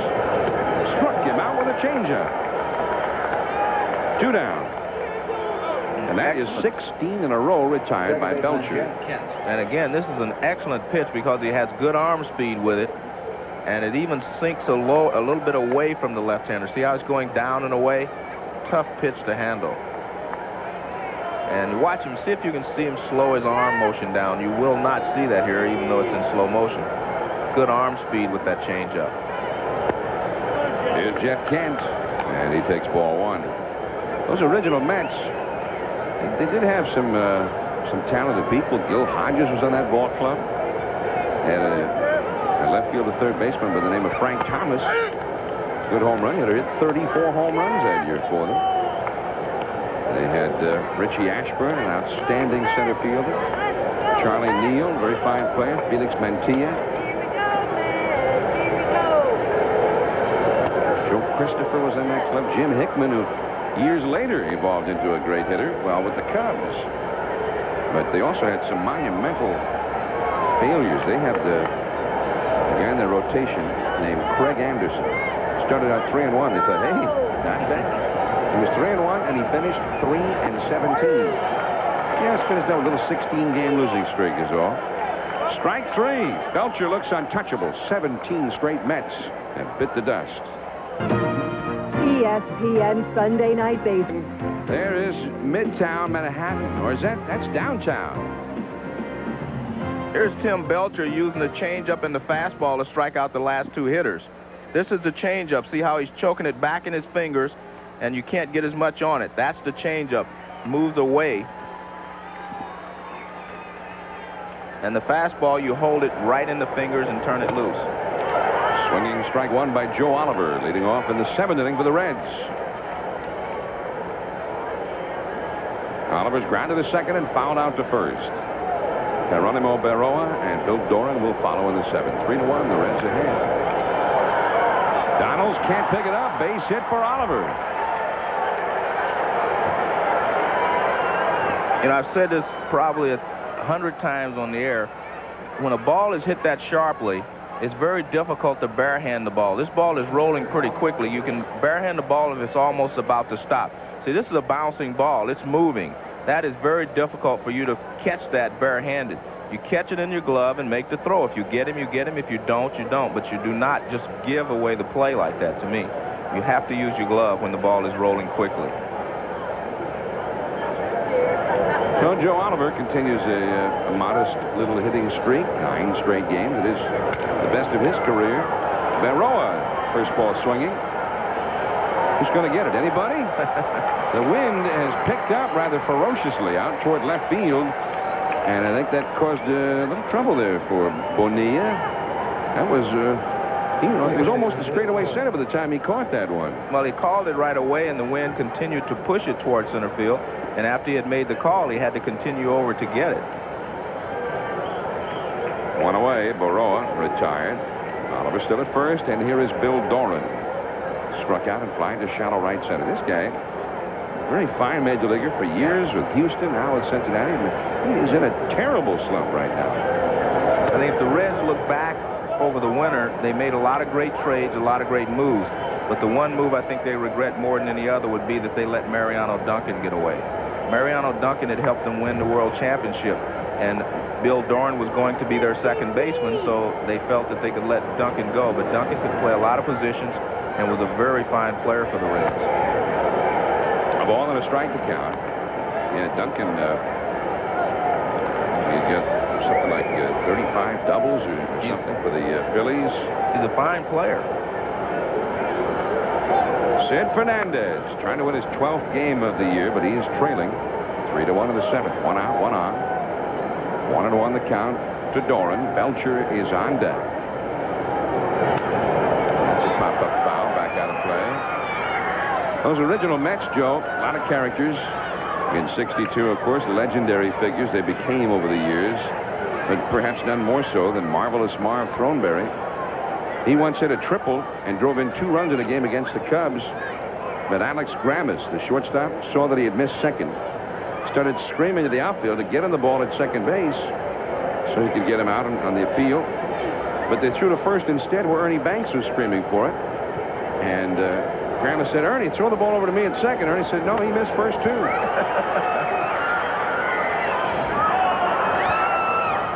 He got no hit at all out of it. And they lost that game by 1 to the Cubs, did the Mets. There you see Tim Belcher on deck, and we mentioned how well he's used his changeup and his fastball tonight. He's also retired 17 straight batters since Eddie Murray drove in the Mets' only run in the first inning. Great job tonight by Belcher. And they need just him, what the Reds needed. They need him to be the stopper. Yeah. They need a win tonight. Going home to play Montreal tomorrow. with Atlanta coming here. Fouled straight back. Now, soon, this interdivisional play will end. And then for the rest of the season, teams will be locked up against teams in their own division. And, in fact, that will begin Labor Day. And that's really the way that I like baseball, and I think that's the way it should be. I'm worried about when they have realignment, how that's going to affect that. Well, with the expansion, 14 teams, 217 divisions, tough to schedule it that way. Right. But I think that's a very important part of the success that, you know, Major League Baseball has had over the years of having the teams play head-to-head down the stretch or playing against their own division down the stretch. That's when you can make up some ground. Well, what they used to do in the American League with that problem that the National League will now have next year as Belcher comes up, they would designate one of the 7 teams in the Eastern Division as a swing team. And in that final month, that team would go play only in the West. So it was very poor for those guys. But for the other 6 teams, they would only play against each other in the East for the rest of the season. So they would get it that way, but only in June, and then they do it again in September. But I think wasn't Toronto the swing team a couple of years ago? And Toronto was the swing team last year. That's when it was, yeah. You had Toronto winning the East and playing the team. Well, they played the team that they met in the playoffs, Minnesota, in the final 3 games of the regular season. Right. And then just stayed in Minnesota to begin the playoffs, which is real bizarre. 0-2 to Belcher. We're in the top of the 7th inning. Reds 3, Mets 1. ESPN Sunday Night Baseball from New York. 3-1 the Reds, 2 in the 4th, 1 in the 6th. And Tim Belcher has done the rest. Here's the view from the far corner of the Mets dugout. Brett Saberhagen, who has been able only to watch most of the year. That's a foul out of play. He really kind of gave it to Mets management in the papers here, didn't he? After the trade of David Cohn, he started talking about, he wondered what the direction was, and he has the ability to demand a trade at the end of this year. He's thinking maybe he ought to do it, and so on and so forth. And yet, had Saberhagen actually been healthy and able to pitch this year, they might not have needed to, or felt the need to trade Cohn. They might have been in the Reds. Belcher down on strikes. 8 strikeouts for Fernandez. 3-1 Reds. And that would be the view you'd have tonight if you weren't watching us and if you didn't have a ticket. But still wanted to be part of the action somehow. 3-1. The Reds lead the Mets in the last of the 7th inning now. Tim Belcher to face the last man who reached base against him. I'm sure it seems like days ago to Eddie Murray. He singled in the first, driving in the Mets' only run. No Met has reached base since. And there's ball 1. Changes for the Reds now in the outfield. Dave Martinez has gone into play center field, and Reggie Sanders has moved from center over to left field, and Baroa is out of the game.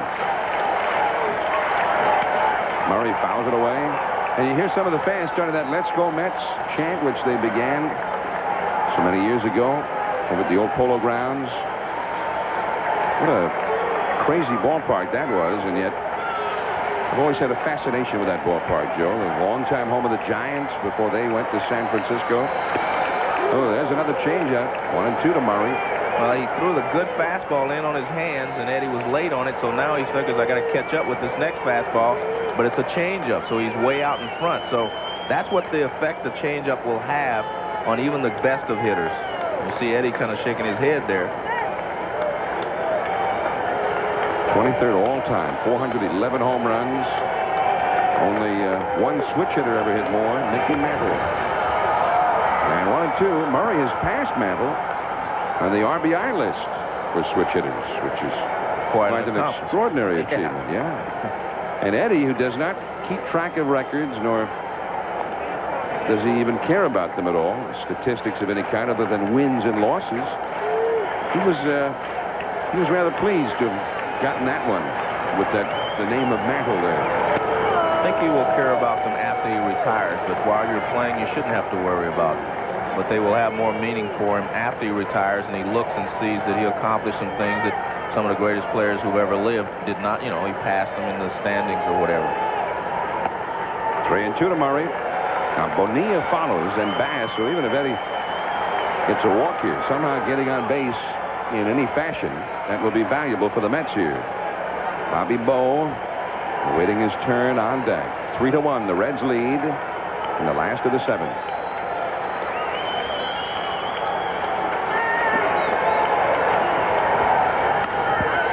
Right to Morris, and there is one away. One of the best hit balls by the Mets since the early going. They have 3 hits. They came consecutively all the way back in the first inning. So take a look at Belcher's pitcher. It's a fastball in, but Murray turns on it and lines it right to the first baseman. I think he'd set Murray up, not knowing if he's going to throw him a changeup or not, and he tries to jam him with the fastball, but Murray, being the good hitter that he is, he was able to turn on it and hit it hard. Bobby Bonilla, 0 for 2. That's foul on the play. Is the 102nd pitch thrown by Tim Belcher tonight. 1 out, nobody on in the last of the 7th.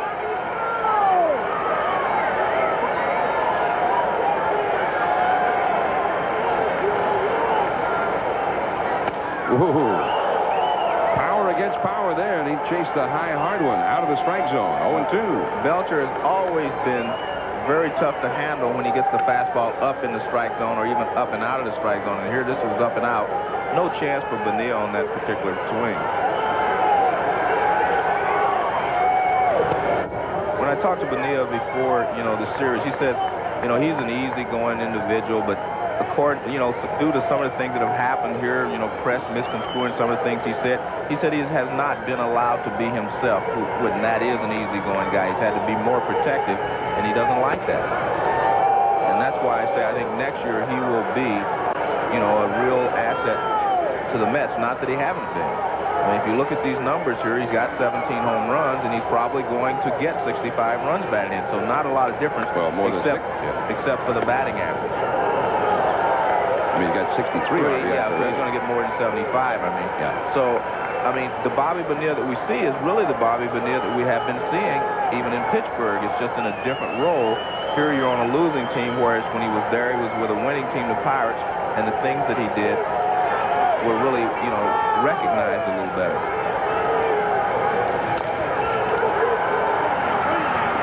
Barry Larkin on number 2. I thought those... Well, let's right now, with the score 3-1 Reds, go to Chris Berman. All right, John, thank you. A rare sight indeed, except if you're the Orioles. A Tripsky at the Kingdom this afternoon. Mike Devereaux, the fly ball. Jay Ferris Buhner makes the catch. Running on the pitch with Brady Anderson and Randy Milligan. Guess what? They won't get back to where they belong. Vizquel makes the tag. Orioles have been into a pair of those this month. They turned one the other night. Back to Shea. Even Marla's impressed, John. She promised he'd be watching. There's a swinging strike by Kevin Bass. He has hit a comebacker, and he's grounded out to short. Last of the 7th. 3-1, the Reds ahead here. Tim Belcher, 19 consecutive Mets retired. Well, the last triple play the Orioles hit into was just like that one. I mean, not just like it, but I mean, the same idea. Ridiculous. Ridiculous. Oh, man. Poor base running, you mean? Yeah. Tim Belcher, 3 hits allowed, no walks, 6 strikeouts. And remember, 3 of the first 4 batters he faced tonight got hits against him. Then, 0, nada, niente. He's dominated.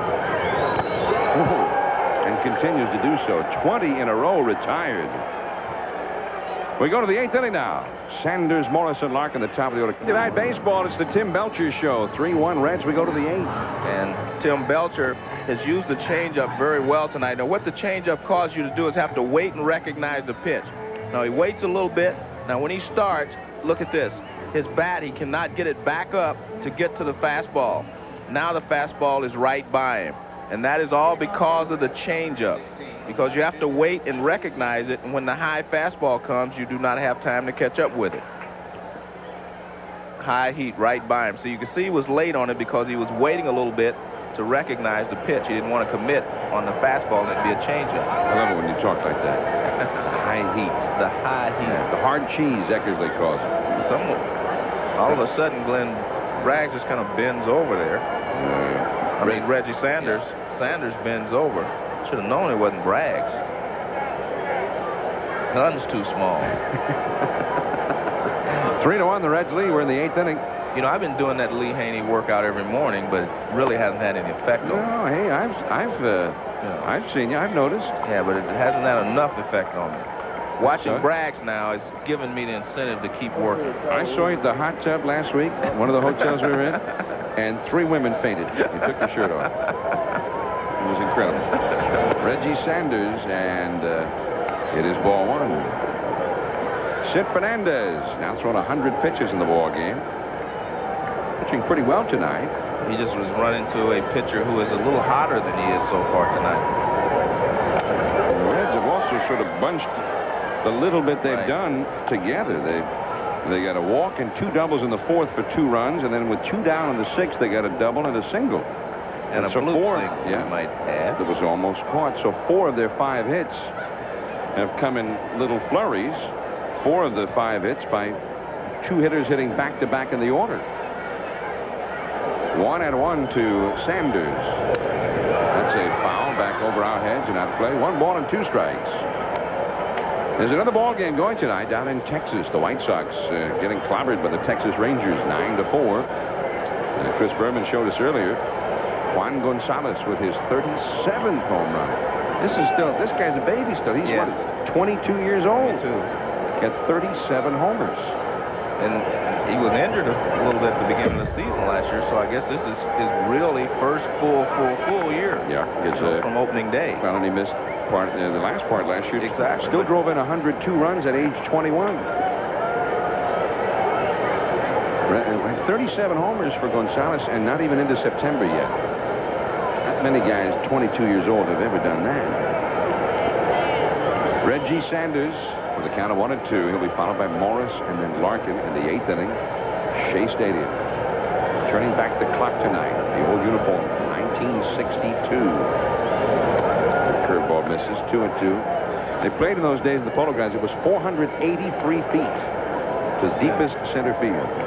But 279 down one line and 257 down the other line. But left center and right center were so deep in the oblong shaped park that both bullpens were on the field of play in the outfields. Right center field. Boston on the run. See, that wouldn't even have been close to the fence at the old Polo Grounds. You know what I noticed here on Boston, though, is that he actually goes better back and left and right than he does coming in. He got a good jump on this ball, and he ran it down. He's under complete control here. Coming in on the little blue single earlier in the ball game, he did not seem to have the same type of leg drive. He was like he was coming on his heels more than on his toes. Back when they played the old Polo Grounds, at those first couple of years, they had some real young pitchers on the Mets, you know, wild, but they threw hard. Morris fouls it away. He's 0 for 3. But they kept giving up home runs, you know, to those short dimensions down the lines. And Casey Stengel had a meeting with the guys one day and said, listen, it's 483 feet to center field, fellers. Just throw the gas, throw it hard, make them hit it to this middle of the ballpark. There's only been one guy in history who's ever hit a home run to center field Polo Grounds. Let's try that out for a change. So that day, sure enough, young pitcher took it to heart, threw the gas, and Lou Brock hit one into the center field bleacher. Right. The next day, I think it was Joe Adcock, did the same thing. 2 straight days. So much for that theory. Strike with a curveball. 1-2 to Morris. Fernandez kind of throws sidearm a little bit, and he hides the ball from you. Watch, he hides the ball. You don't see it, you don't see it now. All of a sudden, here it comes. And it's a sidearm curveball, and if you're a left-hander, you cannot stay there too long to make sure. And then he follows with 93-mile-an-hour fastball. The gas, the heat. The real high heat. Yeah. 1 ball, 2 strikes to Morris. 3-1 the Reds in the 8th inning from Shea Stadium. Next Sunday night, we will be in Oakland. We'll go from coast to coast. I do that every week. You don't have to do that. You're always welcome to stay. 2-2 the count. Looking forward to seeing the A's, though, because they are playing so well. And today, Ricky Henderson got the day off, right? You know who led off for them? Fox. Eric Fox. Yeah. You know what he did? 3 for 5. Yeah. Eric Fox, I mean, he's one of the unsung heroes. Tony La Russa has the magic touch. Mike Bordick today went 4 for 4. He's hitting .297 now. Blankenship is the man who played left field. He scored 1 and drove in 1. Ron Darling won 1. There's Barry Larkin on deck. Oakland defeated Cleveland 7 to 5. That's a foul out of play, 3 and 2. So we'll see the Athletics next Sunday against Boston. You see Oakland, that's the best record in the majors, and they are way ahead of the Twins. The Twins defeated the Yankees today, but I don't know, Joe. Can the Twins possibly get hot enough to turn around that kind of a deficit with only 5 weeks to go? Very difficult unless the A's go into a long losing streak. I mean, like 7 or 8 games in a row. And you don't expect that to happen, especially the way they're playing. But Big Stu won 1 yesterday. But the A's cannot play 750 baseball the rest of the way either, so they will have a shot at it. Deep center, Boston on the run. Can't get there. Into second with a stand-up double is Hal Morris.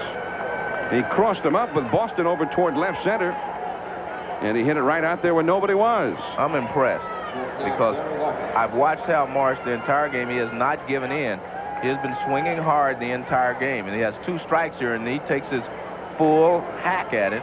Lines it almost straight away center field. You mentioned Boston was playing him over in the left center, which is natural because he was late on a few pitches. And he gets a double. So you have to give that left-hander a pat on the back because he's the only left-handed hitter in the Reds lineup, and he has battled him and finally come up with a base hit. Now the Mets are going to have some conversations out there with Barry Larkin coming out. 1 up. 1 man on, 1 man out. Here's Mel Stottlemyre, the pitching coach to the mound, along with Todd Hundley. And in the Mets bullpen, right-hander Barry Jones has started warming up. Hal Morris, you're talking about him. Remember the Reds picked him up prior to the 1990 season from the Yankees. What a steal in that deal. The main player they sent to the Yankees for him, Tim Leary. Yeah. Who now is infamous just Tim Leary. Yeah. We saw him on an earlier Sunday night game, did we not? Yeah. And Tim Leary now with the Seattle Mariners is trying to hang on. Last time we saw Tim, he was going to his mouth, wasn't It sure looked like it to me. And to you and to a few million other people. Right? Yeah. Here is Barry Larkin in the 4th inning with the Reds trailing 1-0 with a runner at first, 1 out. Barry Larkin doubled, setting up the go-ahead rally.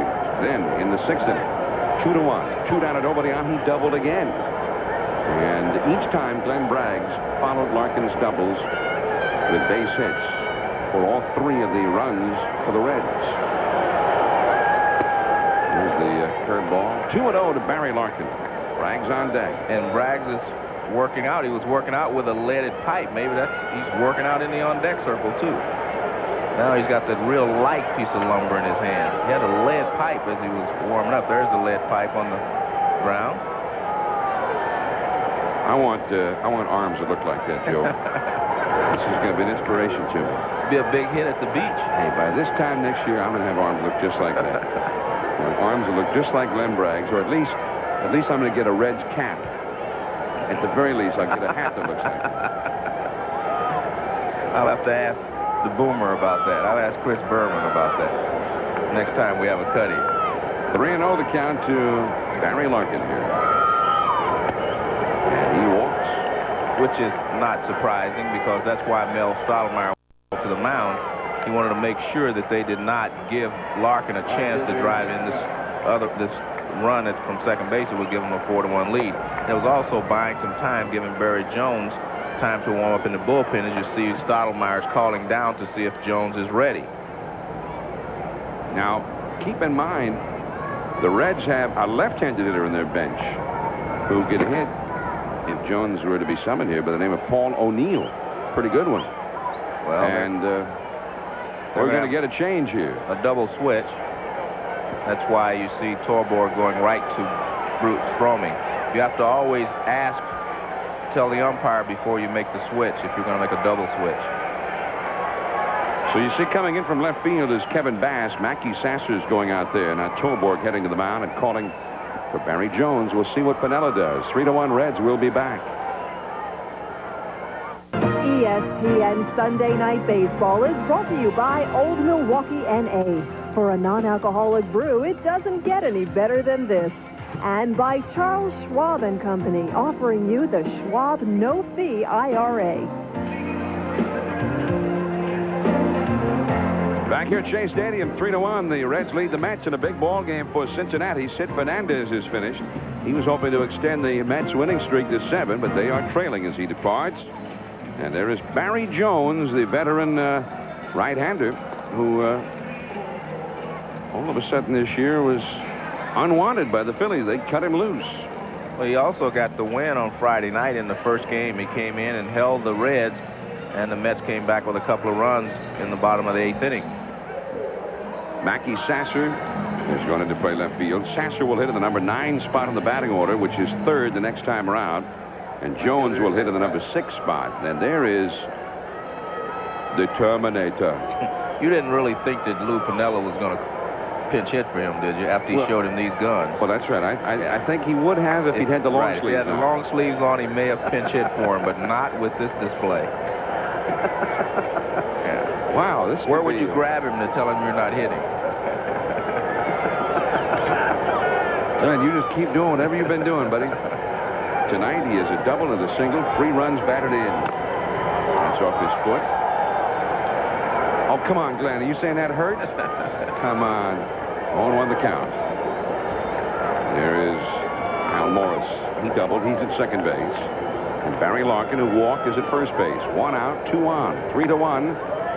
The Reds get another run here with Belcher the way he's going. And, of course, with Charlton and Dibble both available in the bullpen, it'd be just about lights out time here in Shea Stadium. When the Reds won the World Championship a couple of years ago, they made it a 6-inning ball game. If they were winning in the 6th inning, you lost because they would bring in Charlton, Dibble, and Myers, the nasty boys. And now with the, Myers is in San Diego, it's now pretty much an 7-inning ball game, and that's where they are now with the Reds leading. So they will not lose many ball games when they go into the 8th inning with a lead. Dibble has been the Dibble of old since the All-Star break. Tough slider there. Braggs didn't get it. 1 ball and 2 strikes. That pitch has caused Braggs a lot of problems. That and the fastball in tight. He likes the ball out over the plate a little bit. But this is a slider, goes down and away, and that's a tough pitch. You have to lay off of that pitch if you're going to be a good hitter. Jones has had a problem allowing the runners he inherits from other pitchers to score. He's got the worst record in the league in that dubious category. But not right here. At least for one batter. He comes right back with another slider, and Braggs is the second out. So what you're saying is he hasn't allowed many of his own to score, but he's allowed a lot of other people's to score. He's allowed 60% of the runners he's inherited to score against other people's records. This is a slider even further away than the pitch before. This one starts toward the outside corner and then breaks way off, and Braggs chases it. Actually, he's let a lot of his own score too. He got a 4.76 ERA in the dirt, and it bounces away from Todd Hundley. The runners will advance. So now Morris to third base, Larkin to second, ball 1 to Chris Sabo. A wild pitch. Well, the danger of throwing the slider down and away to the right-handed hitter is just what you saw there. The ball bounced away from Hundley as he tried to get in front of it, could not. Now what we're going to see here is, there's Sid Fernandez. He's upset because now 2 runners are in scoring position and they can fall further behind. But that takes this pitch away from him in this situation. Now with a runner at third, he can't afford to get that ball down there again. Fastball past Sabo. The outside, down, 1 ball, 1 strike. I thought I saw Sid Fernandez cursing in Hawaiian. Lenui Kahiko. I won't ask you what that means.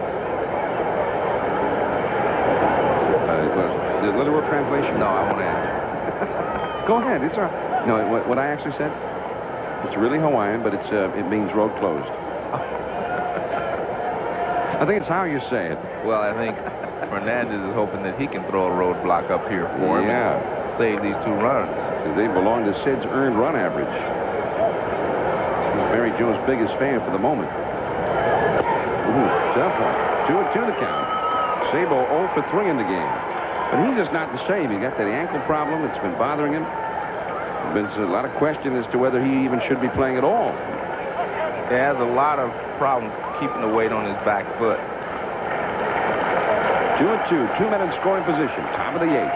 The Reds already ahead 3-1. Struck him out. Great work turned in by Barry Jones.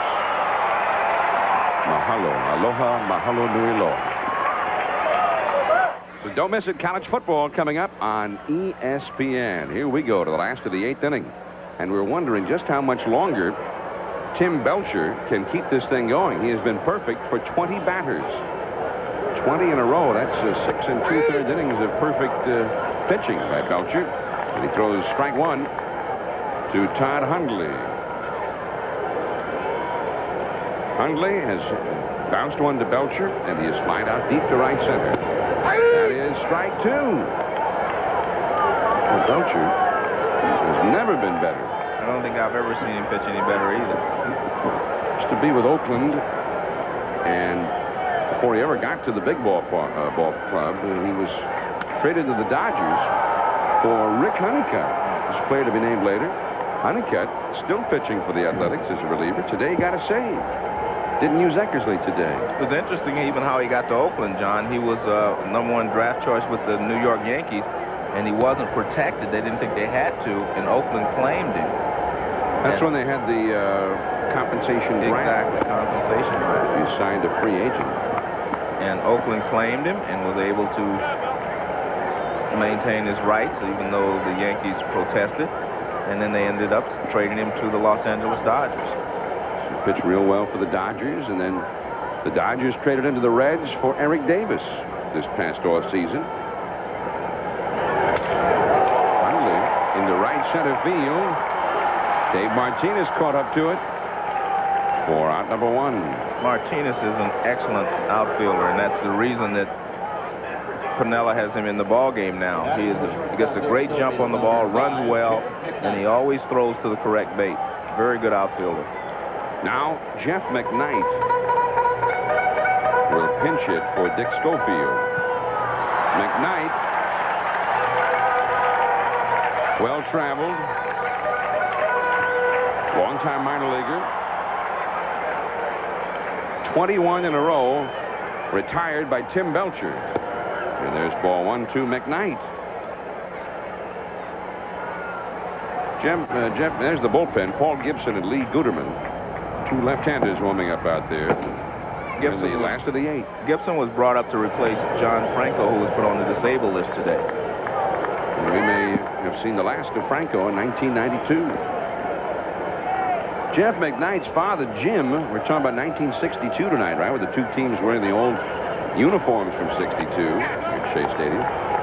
Jeff McKnight's dad, Jim McKnight, played for the Cubs in 62. And like his son Jeff, he was kind of mostly a minor leaguer, got brief looks in the major leagues. Jeff McKnight, he's a handy player. He's a switch hitter, and he can play a lot of different positions. Got a very good arm, but has never hit much in the big leagues. Here's a strike, 3-1 to McKnight. Belcher in danger of breaking his string of consecutive batters retired, which has now reached 21, I believe. 7 perfect innings, the equivalent thereof. That's a strike, 3-2. The Reds bullpen is getting busy. There is Dibble. That's how he would have looked, I guess, if he'd existed in 62. He would look pretty fearsome back then, too. Reminds me a little bit of Jim Maloney. High fly ball. Larkin gives way, and Sanders takes it in left field. 22 in a row retired by Belcher. Left fielder number 2, Mackie Sesser. You know, there was the game where Babe Ruth walked the leadoff hitter and actually was a pitcher for the Red Sox. Yeah. Then got ejected from the game by the umpire. Ernie Shore came on.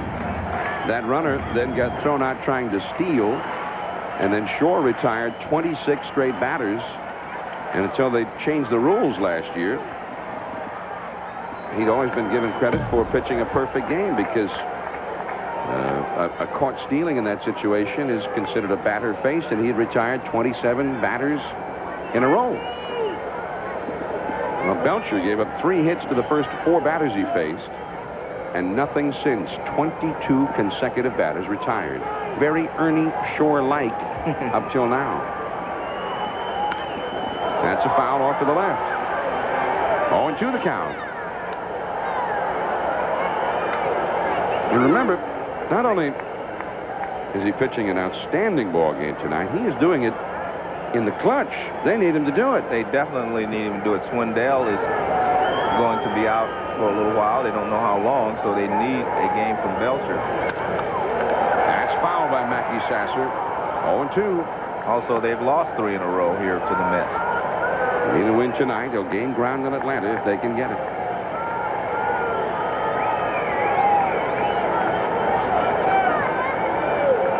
Don't forget now, stay tuned. Sports Center follows the game.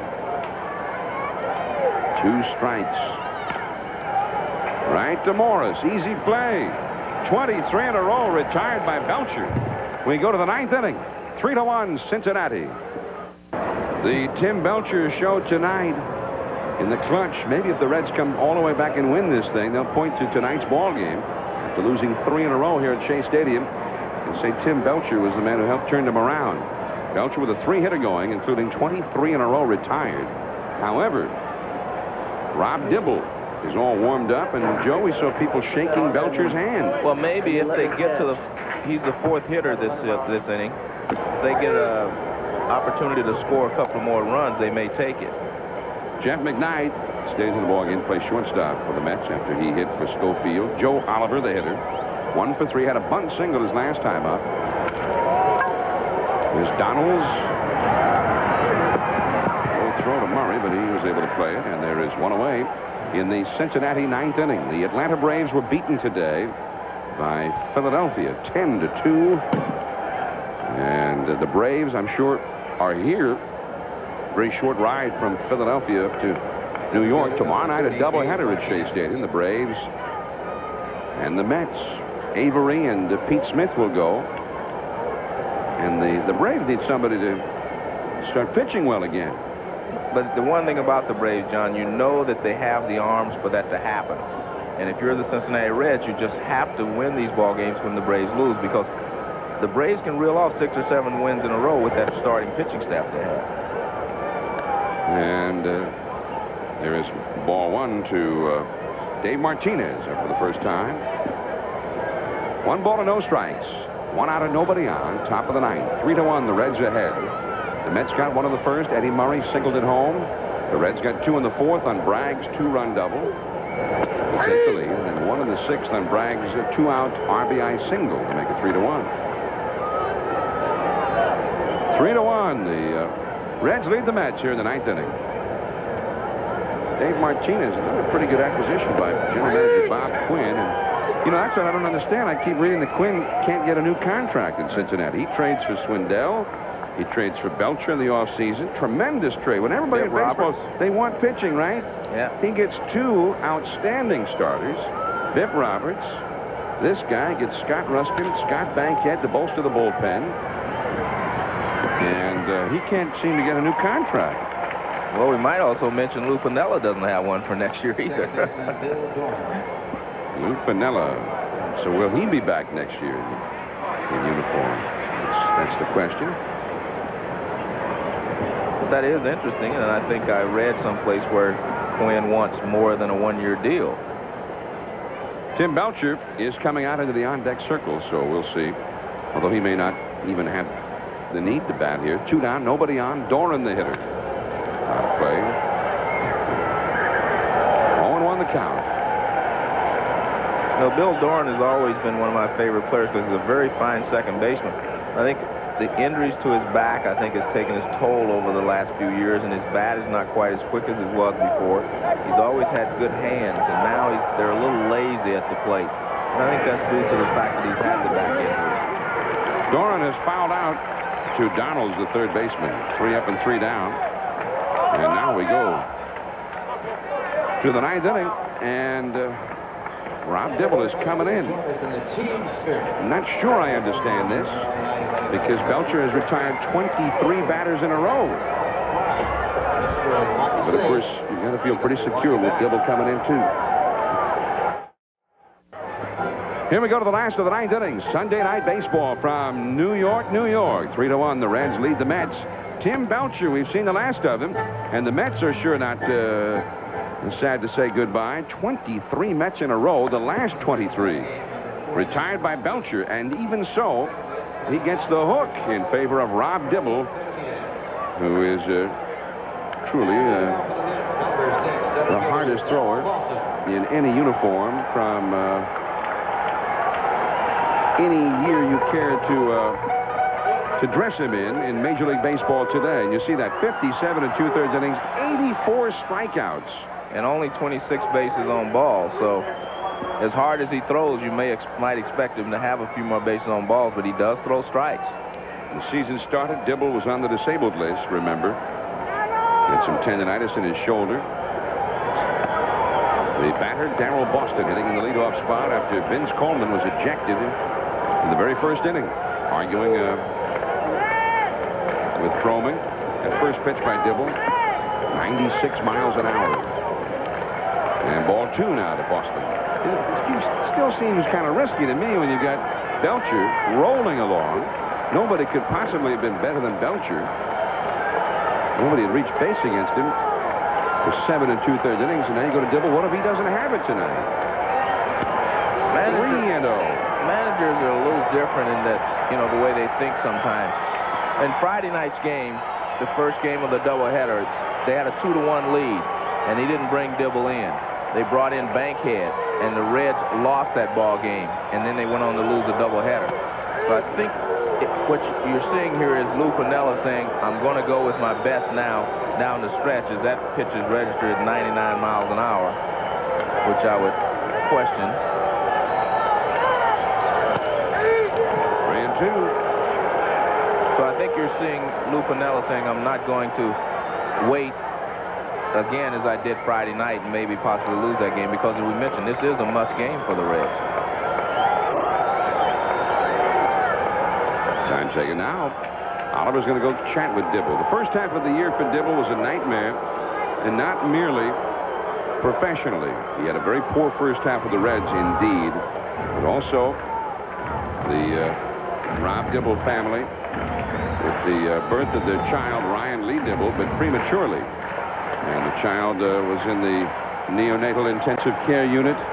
And Rob Dibble saying now, since the worst of that is over and his son Ryan Lee is now out of danger, and he's been able to concentrate more on the job at hand, which mainly means strikeouts. And there's another one. That's an unbelievable pitch. He threw him 3-0 and 3-1 fastballs. Now he comes with a 3-2 slider. Look at this. See the spin on it? Breaks down and in. Tough for Boston, tough for anybody to handle. That's a 91-mile-an-hour slider. That is a clutch pitch. Chris Donald, strike 1. And it was interesting because Joe Oliver went out to talk to him. He wanted to throw the slider, and Oliver wouldn't call it. So he called him out and said, I'm throwing the slider. That's a foul out of play. 0-2 the count. Ryan Lee Dibble, the child of Rob Dibble and his wife, named after Nolan Ryan, one of the great hard throwers of all time, the greatest strikeout pitcher of all time, and Lee Smith. Ryan Lee Dibble. And you've got all the hard throwers of the era kind of rolled up into one right there. We're going to get another look at a slider here from Dibble. That one not over the plate. Dibble's slider is not, he doesn't really try to throw it for a strike. What he tries to do is get you looking for the fastball, and then you commit very quickly on the slider, and you can't get to it. You actually chase it, and he's going to try to get him to chase another slider here. Yeah, almost, but not quite. So you will not see him throw a strike with the slider very often. That's a strikeout pitch when you chase it out of the strike zone. So you have to commit so quickly on Dibble because you have to get ready for the fastball, and then the slider comes, and you can see Piniella thought he swung at it. Well, that was inevitable. We would have known that if we hadn't gotten a shot of it. 3-2 the count to Donalds. On deck, Jeff Kent. So from 0-2, we've gone to 3-2. Again. Yes. Just as was the case with Boston. I don't think he started him 3-0. I think he will throw the fastball now. He's tried to get him with 3 sliders, and he would not bite, so I think he has to go with the fastball now. Yeah, he's going with the fastball again. He walked in, the first base runner for the Mets since the first inning. Here's Jeff Kent with Murray behind him. The Mets are down by 2, and Jeff Kent, acquired for the Blue Jays in the David Cone trade, is the possible tie run. And Dibble looked a little upset with himself there. Well, if you go from 0-2 and walk a hitter, and especially a hitter you do not feel can really hurt you like Donalds, and you're getting to the meat of the order, it has to upset you. Now, Jeff Kent had hit 8 home runs for Toronto this year, including some very big ones. He's got some pop. Oh, slider, nasty, 0-1.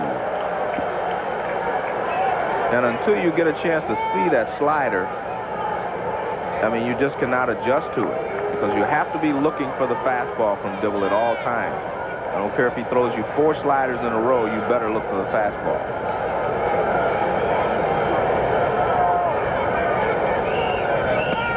Do it again, strike 2. But he still better look for the fastball.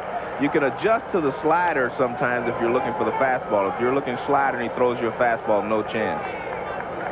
Sports Center right after the ball game. Stay tuned to all the day's highlights from all the games in Major League Baseball and all the events all around the world of sports right after the ball game. Well, he shook Oliver off. He's going with another slider. 1-2. The Mets are the base runner. This is a novelty. They had 3 of them in the first inning. And then Belcher retired 23 in a row. But then he was lifted before the inning started. And Dibble, with 1 out, has walked a man. He's threw another slider and struck him out. 3rd straight time that Kent has struck out, and now those still here at Shea Stadium are getting on the newest Met. Well, now he knows what it's like to replace David Cone in New York. There's the slider. Not a real good chance at hitting this pitch. It's a very good pitch from Dibble. It looks like a fastball until it gets right on top of you, and then it just sinks down. And you have to attack it because you had 2 strikes. Well, now here's the duel. Eddie Murray against Rob Dibble, power against power, and ball 1. Murray is the possible tying run. He is the Mets' RBI leader. He has 13 home runs, 11 of them as a left-handed batter, and he has driven in the Mets' only run of the night. And in this spot, Eddie will look to give one a long ride. So he'll be looking for something middle of the plate in. And Dibble is not giving it to him. 2-0. Phenia would be next. You can watch a hitter like Eddie Murray and tell where his first step goes, how he's looking, or where he's looking for the pitch to be. And the first pitch of this sequence, he stepped toward right field. He was trying to open up. Now, what is that all about? Well, he had called timeout. Bruce Froeming had, but Dibble went ahead and threw the ball anyway, so it was no pitch. Well, to me, Dibble knew what was happening there, and he threw it. Hey, maybe he just wanted to loosen up. Or he wanted to find out if he could throw a strike. It was odd looking. 2-0 to Murray. The outfield backed up straight away. 3-0. They've all been out there. And you can see Eddie Murray is bailing a little bit to make sure that he can get his hips out of the way so that he can pull the ball if he gets the ball middle of the plate in. All right, you give him the swing away here in 3-0? No. You've got Bobby Bonilla on deck. I think you have to play it straight up. If it was a tie ball game, I would say yes, but you're 2 runs down. And if he gets on base, you can score 2 runs with an extra base hit. And he has walked him on 4 pitches. And Bonilla will come up with the possible tying runs on base. And there's going to be a visit to the mound here.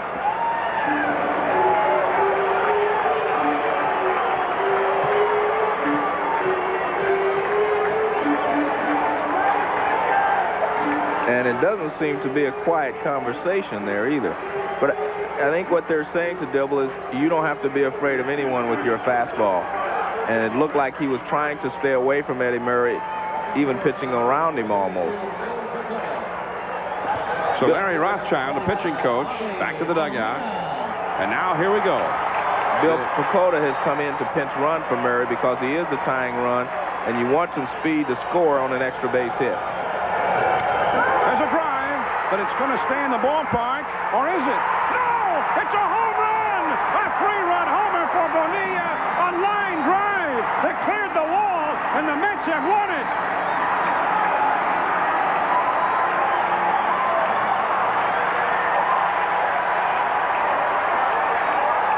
It was a line drive, and it stayed up and incredibly left the ballpark.